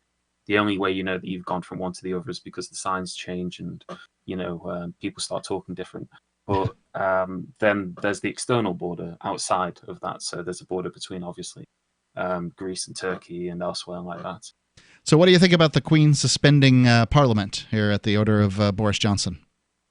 To be honest, I'm just kind of waiting to see what happens. It's very kind of technical stuff. It's a lot of stuff happening at the same time, but it's also not a lot of stuff, if that makes sense, because it's just going to get held up in court for a bit, and then the court will probably say something different in a week, and then they'll change their mind or not. But it's hard to say at this point. The court really can't do anything about the October 31st deadline, though, right? No, they can't. But what they could potentially do would be to limit Boris Johnson's ability to close Parliament, which is what they're attempting to do in the court right now. So the leaders of like the Scottish parties, I think like the Scottish National Party, they've got a court case in the Scottish Court of Session, and they're trying to get a ruling on that as quickly as possible. Because what they're trying to do is just make sure the Parliament stays open so they get a chance to force Boris Johnson not to have a no-deal Brexit. But the Queen's one power is to shut down Parliament, right? Yeah, but it's a bit more kind of complicated than that. Okay. Like, these powers, they kind of exist in a technical sense. Right. She doesn't use the power herself. She uses it on advice from the Privy Council, which is kind of like a body of ministers, basically. Mm-hmm. Yeah, it'd be really complicated to explain all of it right now. It's really kind of daft. This is why you don't have a system like our system, actually. Well, it's all these systems are legacy that have been cobbled together in order to make what we have today. And many times, and Great Britain has been around for a long time, so they've had a lot of time to get a bunch of complicated crap going on. Bill, appreciate the call. Yeah. The number 855-450-3733. It's 855-450-FREE, as in Free Talk Live. I want to go here. There's some quotes. We were talking about the minimum wage, and I've got some from the Foundation for Economic Education, some interesting quotes about the minimum wage made by people when they sort of put it together. It's progressive economists and intellectuals saw these job losses as a eugenic service to the larger population. So there's 7 quotes that reveal the racist origins of minimum wage laws. And they wouldn't do that. Yeah. There wasn't any racists in the government. The government doesn't see race as anything. Well, certainly there was a time. This is by John Miltimore. The minimum wage laws are suddenly vogue. According to the National Conference of State Legislatures, 18 states began 2019 with a new minimum wage. 3 states have since passed legislation to increase the minimum wage to $15 an hour. A wage floor the House of Representatives is seeking to make the law of the land. The age-old lesson of Econ 101 is that, to quote Nobel Prize-winning economist Paul Krugman in 1998, the higher wage reduces the quality of labor demanded and hence leads to unemployment. It's no longer considered rock solid. So now this is Krugman, whom I saw advocating for minimum wage a few years ago at Freedom Fest. So, I mean, he's just a globalist puppet anyways, isn't he?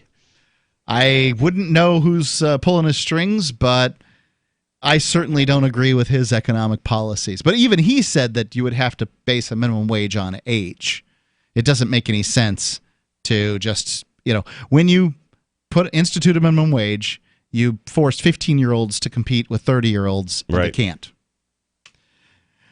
A 2017 article from The Atlantic titled The Curse of Econ 101, James Quack cited basic economic theory as an example of economism, what he called the misleading application of basic lessons from Economics 101. Go on with this here in a moment. The number, 855-450-3733. It's 855-450-FREE. If you support the minimum wage, love to hear from you. See why. Because I think it's Mickey Mouse economics. Free Talk Live, 855-450-3733.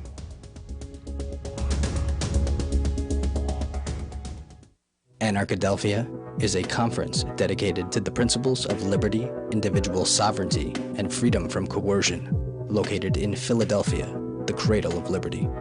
Anarchadelphia seeks to shed light on issues such as geopolitics, blockchain economics, spiritual health and wellness, as well as exposing the Earth's sacred hidden knowledge, featuring Mark Passio, Max Egan, Derek Brose, Jeff Berwick, and many more this September 13th through 15th. For info and tickets, visit anarchadelphia.com. Gold has definitely been on the move recently, and there is no more secure investment historically. McIlvaney ICA has been helping people take delivery of precious metals and find storage options for decades. They've helped thousands of investors with their precious metal IRAs. Call ICA today for your free portfolio review at 800-525-9556 or download their free report online at ICAGoldSilver.com to learn how you can double your gold and silver ounces even within an IRA. 800-525-9556. ICAGoldSilver.com.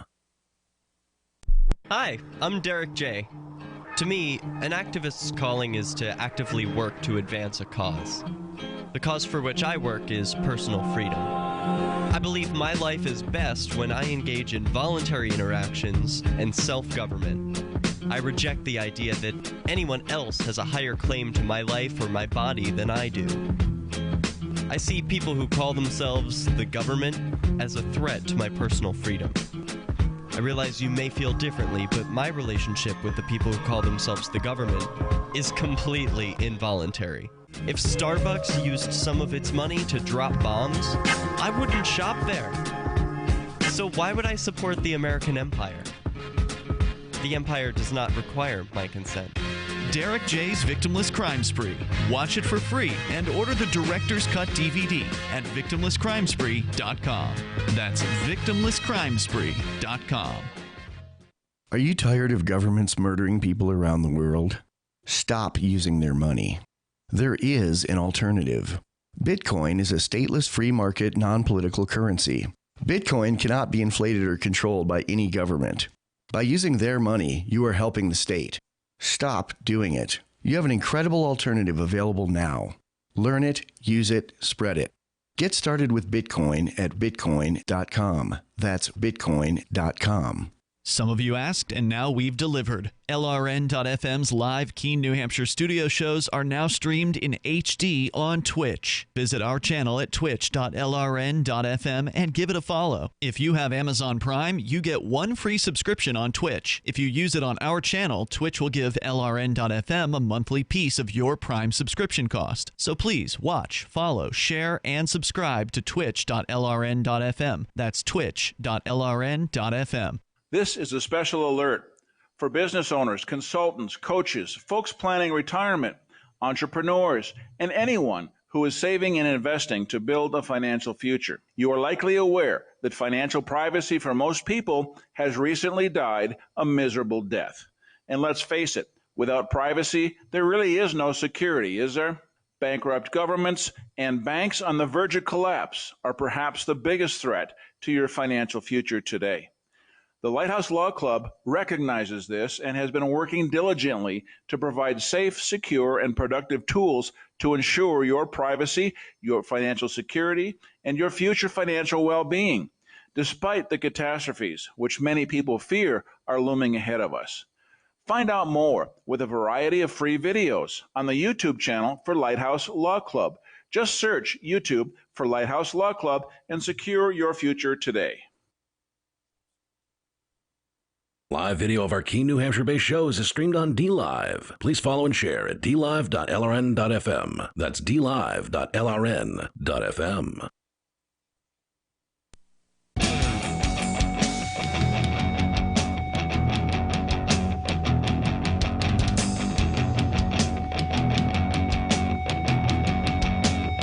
It's Free Talk Live.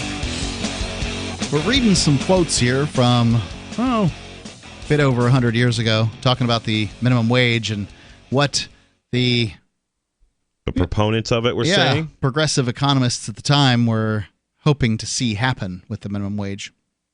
It's Mark with you. And Jay. Want to thank RC, who is a silver amplifier. If you want to support Free Talk Live, as RC has done, you go to amp.freetalklive.com. Why would you want to do that? Well, Free Talk Live makes it possible for you to call in about anything you want. And that kind of free discourse really isn't going on in the media very much these days. So if you want to see freedom of speech, go to amp.freetalklive.com. Help us get on more stations, more hours. That's just more Free Talk Live. All it is money at this point. amp.freetalklive.com. Going on with the article here from the Foundation for Economic Education, it's talking about these early quotes about minimum wage and employment. Here are 7 quotes that reveal how early social reformers viewed the minimum wage and the unemployable. This is from Royal Meeker, Princeton scholar and labor commissioner, to Woodrow Wilson, as quoted in the Political Science Quarterly, Volume 25.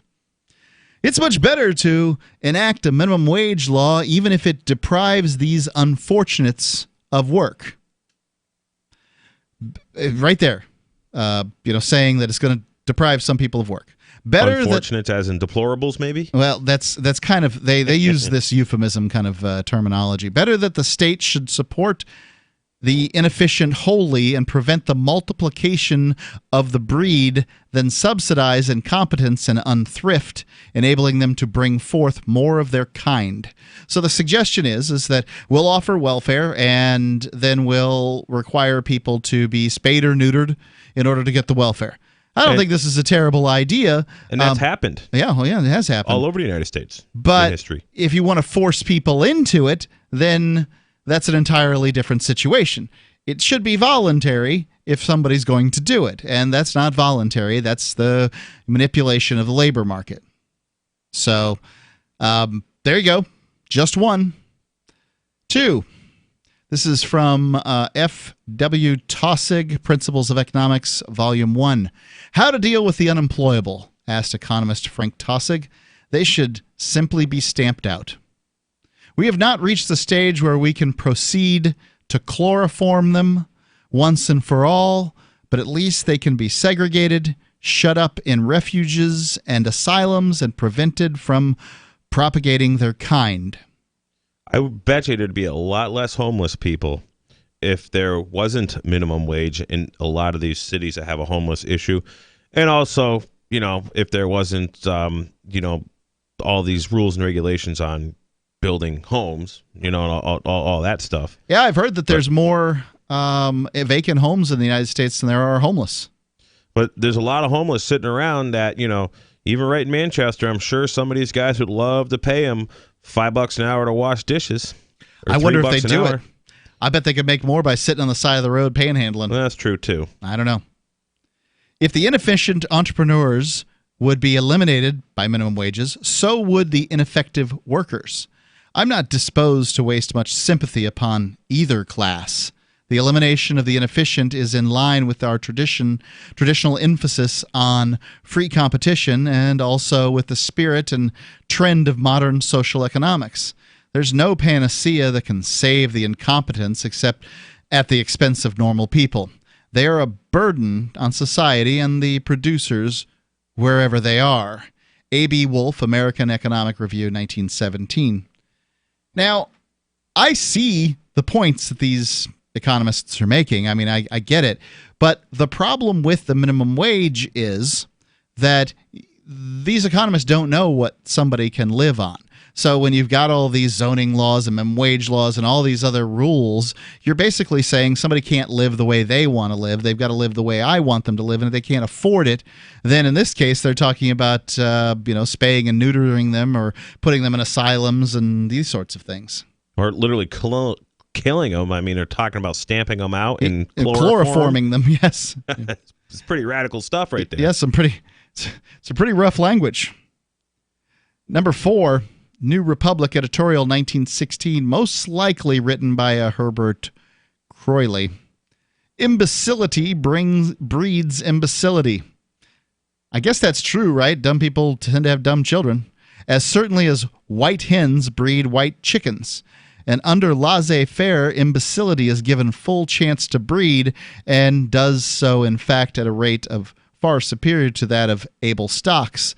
So his claim is that a free market creates stupid people. I don't know, exactly how one backs this up, but clearly he's interested in controlling the marketplace in order to control who gets to breed. I mean, my observation, no matter what, you're going to have people who, for one reason or another, are incapable of taking care of themselves. Yeah, you're always going to have that. I mean, it just happens, and whether it's, and a lot of the homeless people I met generally fit that description. So I've met a lot that can't take care of themselves, but I've also met plenty that could if the incentive structure was different. Well, yeah, and even a lot of these people really can't take care of themselves if the incentive structure was different. If there was a free market, certainly, I believe that there would be a place for them in the free market to where they could thrive and do well. Yeah, it's possible. There's people, there's some people that are sufficiently mentally ill they simply cannot work. Yep. There are people that are, like mentally ill's a spectrum, right? Mm-hmm. Right? I'm sure plenty of people would call me mentally ill. Fine, I can hold a job. So there's that. There's people who are physically unable to work, but there's people that are just have physical disabilities and they can work. I got a friend who's in a wheelchair. She works several jobs. We actually. have a guy that helps with the show, Riley Blake, who was on very recently, and he's almost completely blind, basically blind. When you say blind, I guess he can see like some light and dark out of one eye. So, I mean, let's just call it blind. He's got a job. He works. He works for a company called Balance of Nature, which advertises on many radio stations and soon should be advertising on Free Talk Live. But yeah, I mean, it's possible to work with a pretty big disability. But a lot of it's just this mental block, and people don't want to work too. I mean, most of the people I know that are on disability are actually there's no reason for them to be on disability. Well, that's one thing is that let's say you're on disability. You could be disabled for a period of time, and then you could work. And like disability makes it impossible to make enough to sort of get off a disability. You have to decide to give it up. But a lot of people on disability get real comfortable. Sure. Not having to do nothing, not having to provide because they get $1,400 a month. Right. The way that it's all set up, disincentivizes people getting jobs, and that's a mess. What we've seen is that when the economy's down, the people getting on disability goes up. Well, that shouldn't be related to their disability. That's related to their earnings. I'm wondering with these cities that are doing this $15 minimum wage and stuff and whatever, how much of disability is going up there when these minimum wage kick in, because the employers literally have to cut back, and the only way they can do it is by firing people if they have to pay everybody more. Absolutely, we know that we know that the minimum wage drives people out of work. And we know that people out of work are more likely to go after disability. So I wouldn't doubt it at all if it's related. Wouldn't surprise me. Sounds like minimum wage might be the gateway drug to disability. I think everybody knows that minimum wage and just benefits really the government. These people that want it I don't know. They don't understand the economics at all. And that's why I'm reading this, is I think that it's important for people who are advocating for the minimum wage to understand where it came from. Right. There's a lot of horrible history and where things that look fuzzy and beautiful, today come from. 855-450-3733. Free Talk Live. Fellow Patriots, my name is Todd Savage, founder of BlackRifleRealEstate.com. Like you, I was a prisoner of the alt-left sanctuary state, until one day I chose to lead my family to freedom. Today we live on a sustainable 20-acre homestead where we shoot, hunt, garden, and homeschool our children without the tyranny of the nanny state looking over us. If you're ready to flee the city to the freedom of Idaho or Montana, our Black Rifle Real Estate team is here to help. Go to BlackRifleRealEstate.com. That's BlackRifleRealEstate.com.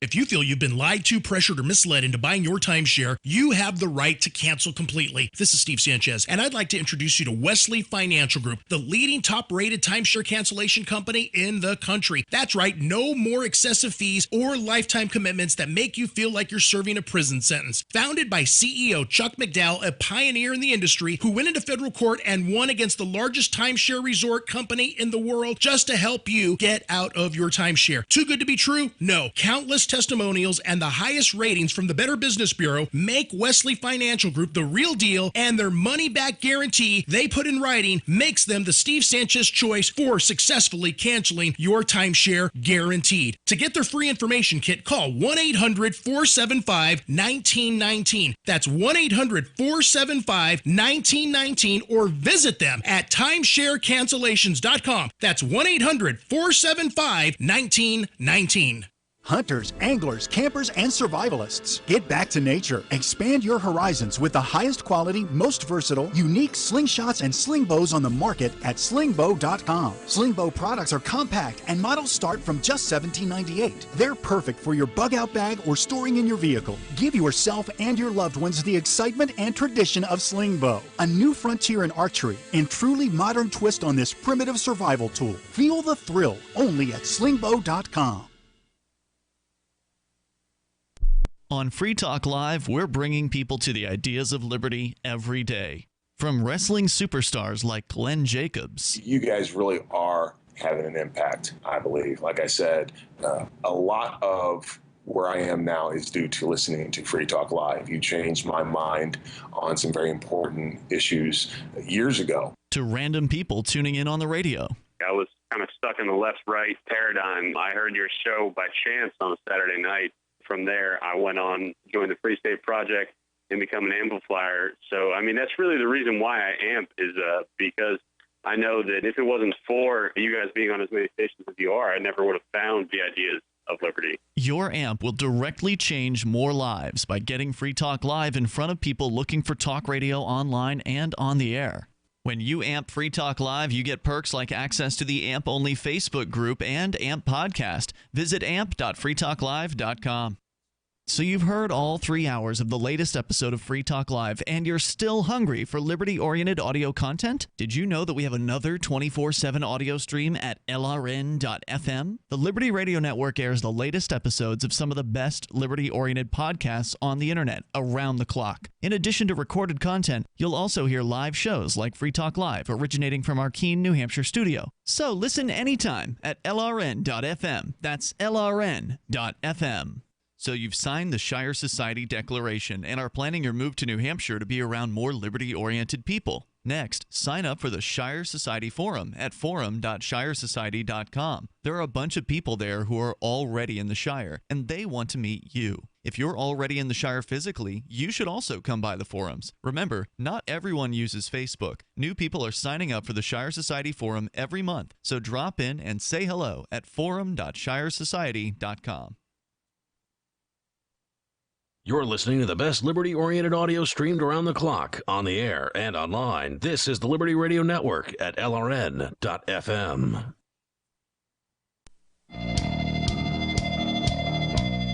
Free Talk Live. I think I can get your calls in if you make them now. The number 855-450-3733 or the Discord lines at discord.freetalklive.com. It's a great way to call in and sound wonderful. It's a little bit more of a learning curve, but if you go there, you should be able to figure it out. The call-in lines, or the on-air call-in lines, are right there, and there's 4 of them, and you can be part of the conversation and sound like you're right here in the studio. It's discord.freetalklive.com. It's Mark with you. And Jay. Final segment, Jay. I want to finish up these quotes here from the Foundation for Economic Education. Let's get to them. Found some quotes about the minimum wage from some people that were around when they started advocating for this stuff. Number 5 here. There's 7 of them total. Henry Rogers Seeger, a leading progressive economist from Columbia University, argued that worthy workers deserve protection from the competition of casual workers and drifters. The operation of minimum wage requirement would merely extend the definition of defectives to embrace all individuals who, even after having received special training, remain incapable of adequate self-support. If we are to maintain a race that is to be made up of capable, efficient, and independent individuals and family groups, we must courageously cut off lines of heredity that have been proved to be undesirable by isolation or sterilization. So that's a Columbia University scholar, and it's an indication of what pretty much everybody was trying to do with these minimum wage laws at the time. They understood that people were going to lose their jobs. They just understood that the people that would lose their jobs were what they were calling undesirable. Sounds like the forefathers of the whole minimum wage revolution were a bunch of racist, bigots, and protectionists. I mean, they had to be very favored by unions. I don't know if unions were in at this time yet, but if eugenics is a good idea, that it should be able to exist in the marketplace. You would think. It doesn't need to be subsidized through a minimum wage law. Who would invest in eugenics? I don't know. But there's been a lot of money spent on it. And a lot usually of government money. That's right. That's stolen from people. Yeah, the whole eugenics thing, I mean, it's always like these evil doers that are essentially psychopaths like Hitler and folks like that want to kill people, and or they did kill people, or they made sure a lot of people got killed. The biggest problem I have with government in general is that it is a platform for someone who is an absolute psychopath and lust for power. At the very least, that is all this government has amounted to be, in all governments. If the minimum wage laws, if they seem like a good idea to you, understand that none of the ideas that these people have from 100 years ago have changed. It's just you're not hearing about them. They're not. It's not palatable. They're conveniently left out of the equation. In today's conversation, it's not palatable to talk about this. Number 6, wage competition has no respect for the superior races, said University of Wisconsin economist John R. Commons in his 1907 book, Races and Immigrants. The race with the lowest necessities displaces others. So he's claiming that if the race that can live with less is going to outdo us all, whoever that might be. The minimum wage, I do believe, by the way, this may sound, because when we talk about race these days, it always black people, but I think that there's probably a lot of this aimed at Appalachians. That was a big thing back in the day. They didn't like the hill people. Well, those are the folks that they were, the state of Virginia and West Virginia and stuff were sterilizing back in the 20s and the 40s. And it was blacks too, yeah. And there was... the hill people in Oregon were getting sterilized in the 80s. If you had an IQ that was, not equivalent or whatever. The minimum wage will protect the white Australians' standard of living from the invidious competition of the colored races, particularly of the Chinese. Author Halcombe of Harvard University, a member of the Massachusetts Minimum Wage Commission, speaking approvingly of Australia's minimum wage legislation in 1912, quoted from Eugenics and the Economics of the Progressive Era. Then this would be great fodder for anyone who is in legislature that is going to fight the minimum wage stuff. If they just would, every time there is some kind of minimum wage bill, read this out in commentary. I'm thinking about if minimum wage comes up in New Hampshire, I'm going to bookmark this and I'm going to go to the State House and testify in a public hearing, and I'm going to read all these quotes of how minimum wage, the forefathers of minimum wage, were racists and eugenicists and bigots. Yeah, this is basically the truth here. We were reading an article previously, and I wanted to make sure I got those quotes in because I think that that's stunning information about where minimum wage laws come from. But getting back to this article from Fosters.com, as the governor, speaking of Chris Sununu here in New Hampshire, said in his veto message, "I will not be the governor that signs a bill that would lead to lost jobs, cut hours, less money in the pockets of hardworking Granite Staters. There's nothing positive about reducing a worker's chances of getting a job."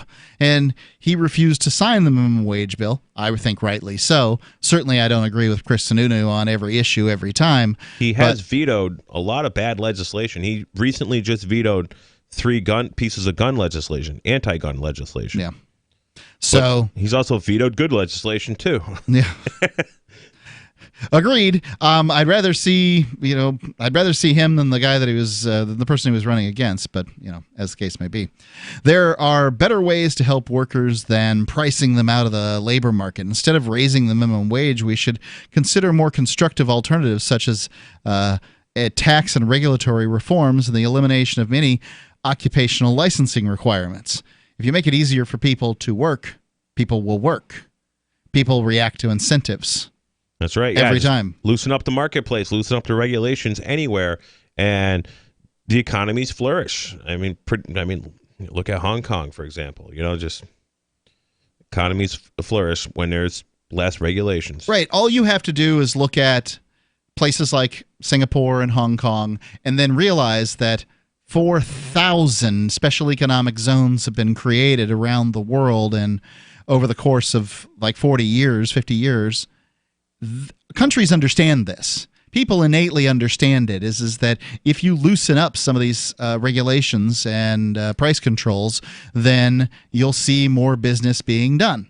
But psychopaths don't want to give up any power.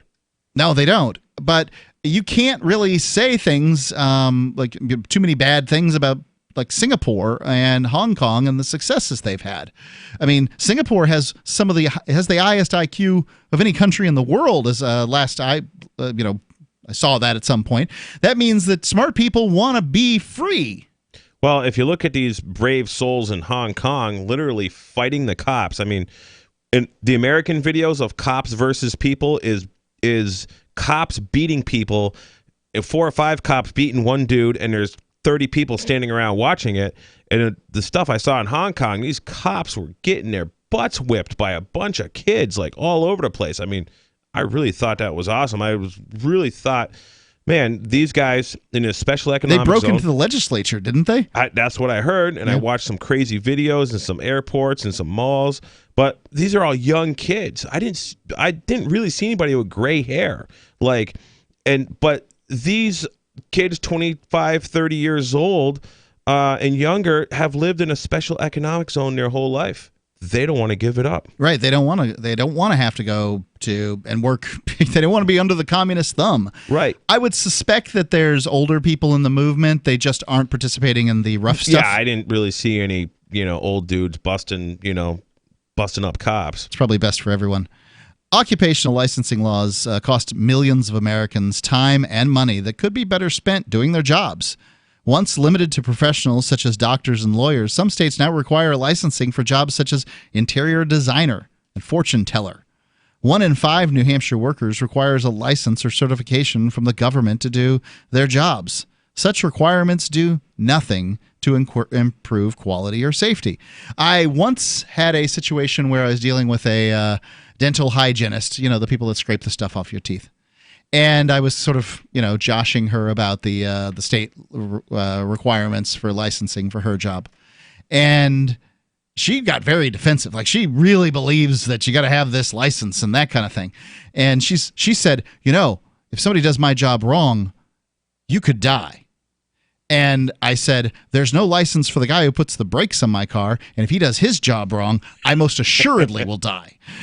My wife is a massage therapist, and she has to renew her massage license every year or two or something. And I can't remember how many hours it is, maybe 1,500 hours you need. And I think that's more hours you need to be a massage therapist in New Hampshire than to be a cop. Oh, God. In training. Just to rub some parts. All right. I'm not to say that, there's not some skill that goes into being a massage therapist. Check out freetalklive.com. If you go there, you can sign up for our newsletter and get all the news that we have on Free Talk Live. That's freetalklive.com. Taxation is theft.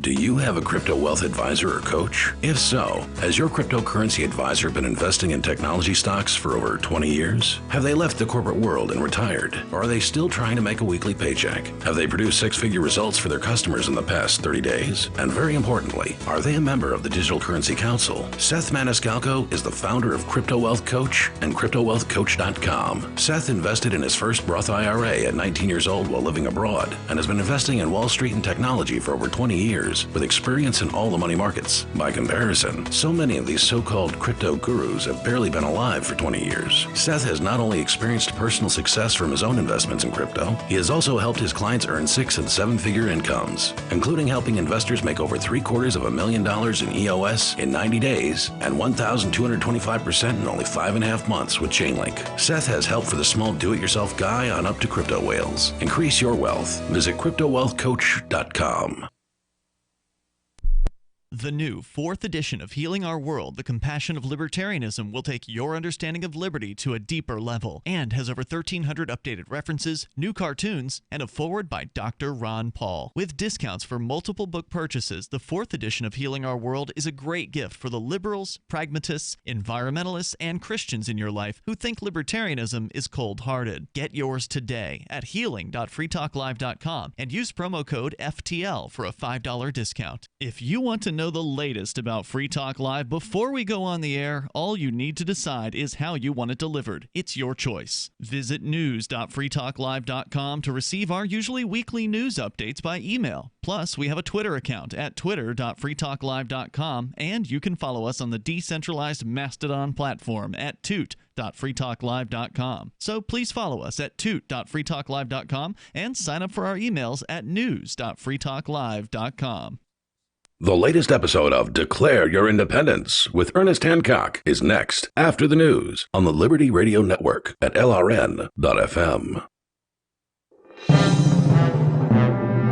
This is the Liberty Beat, your daily source for Liberty news and activist updates. Produced in partnership with SNLS News and listeners like you.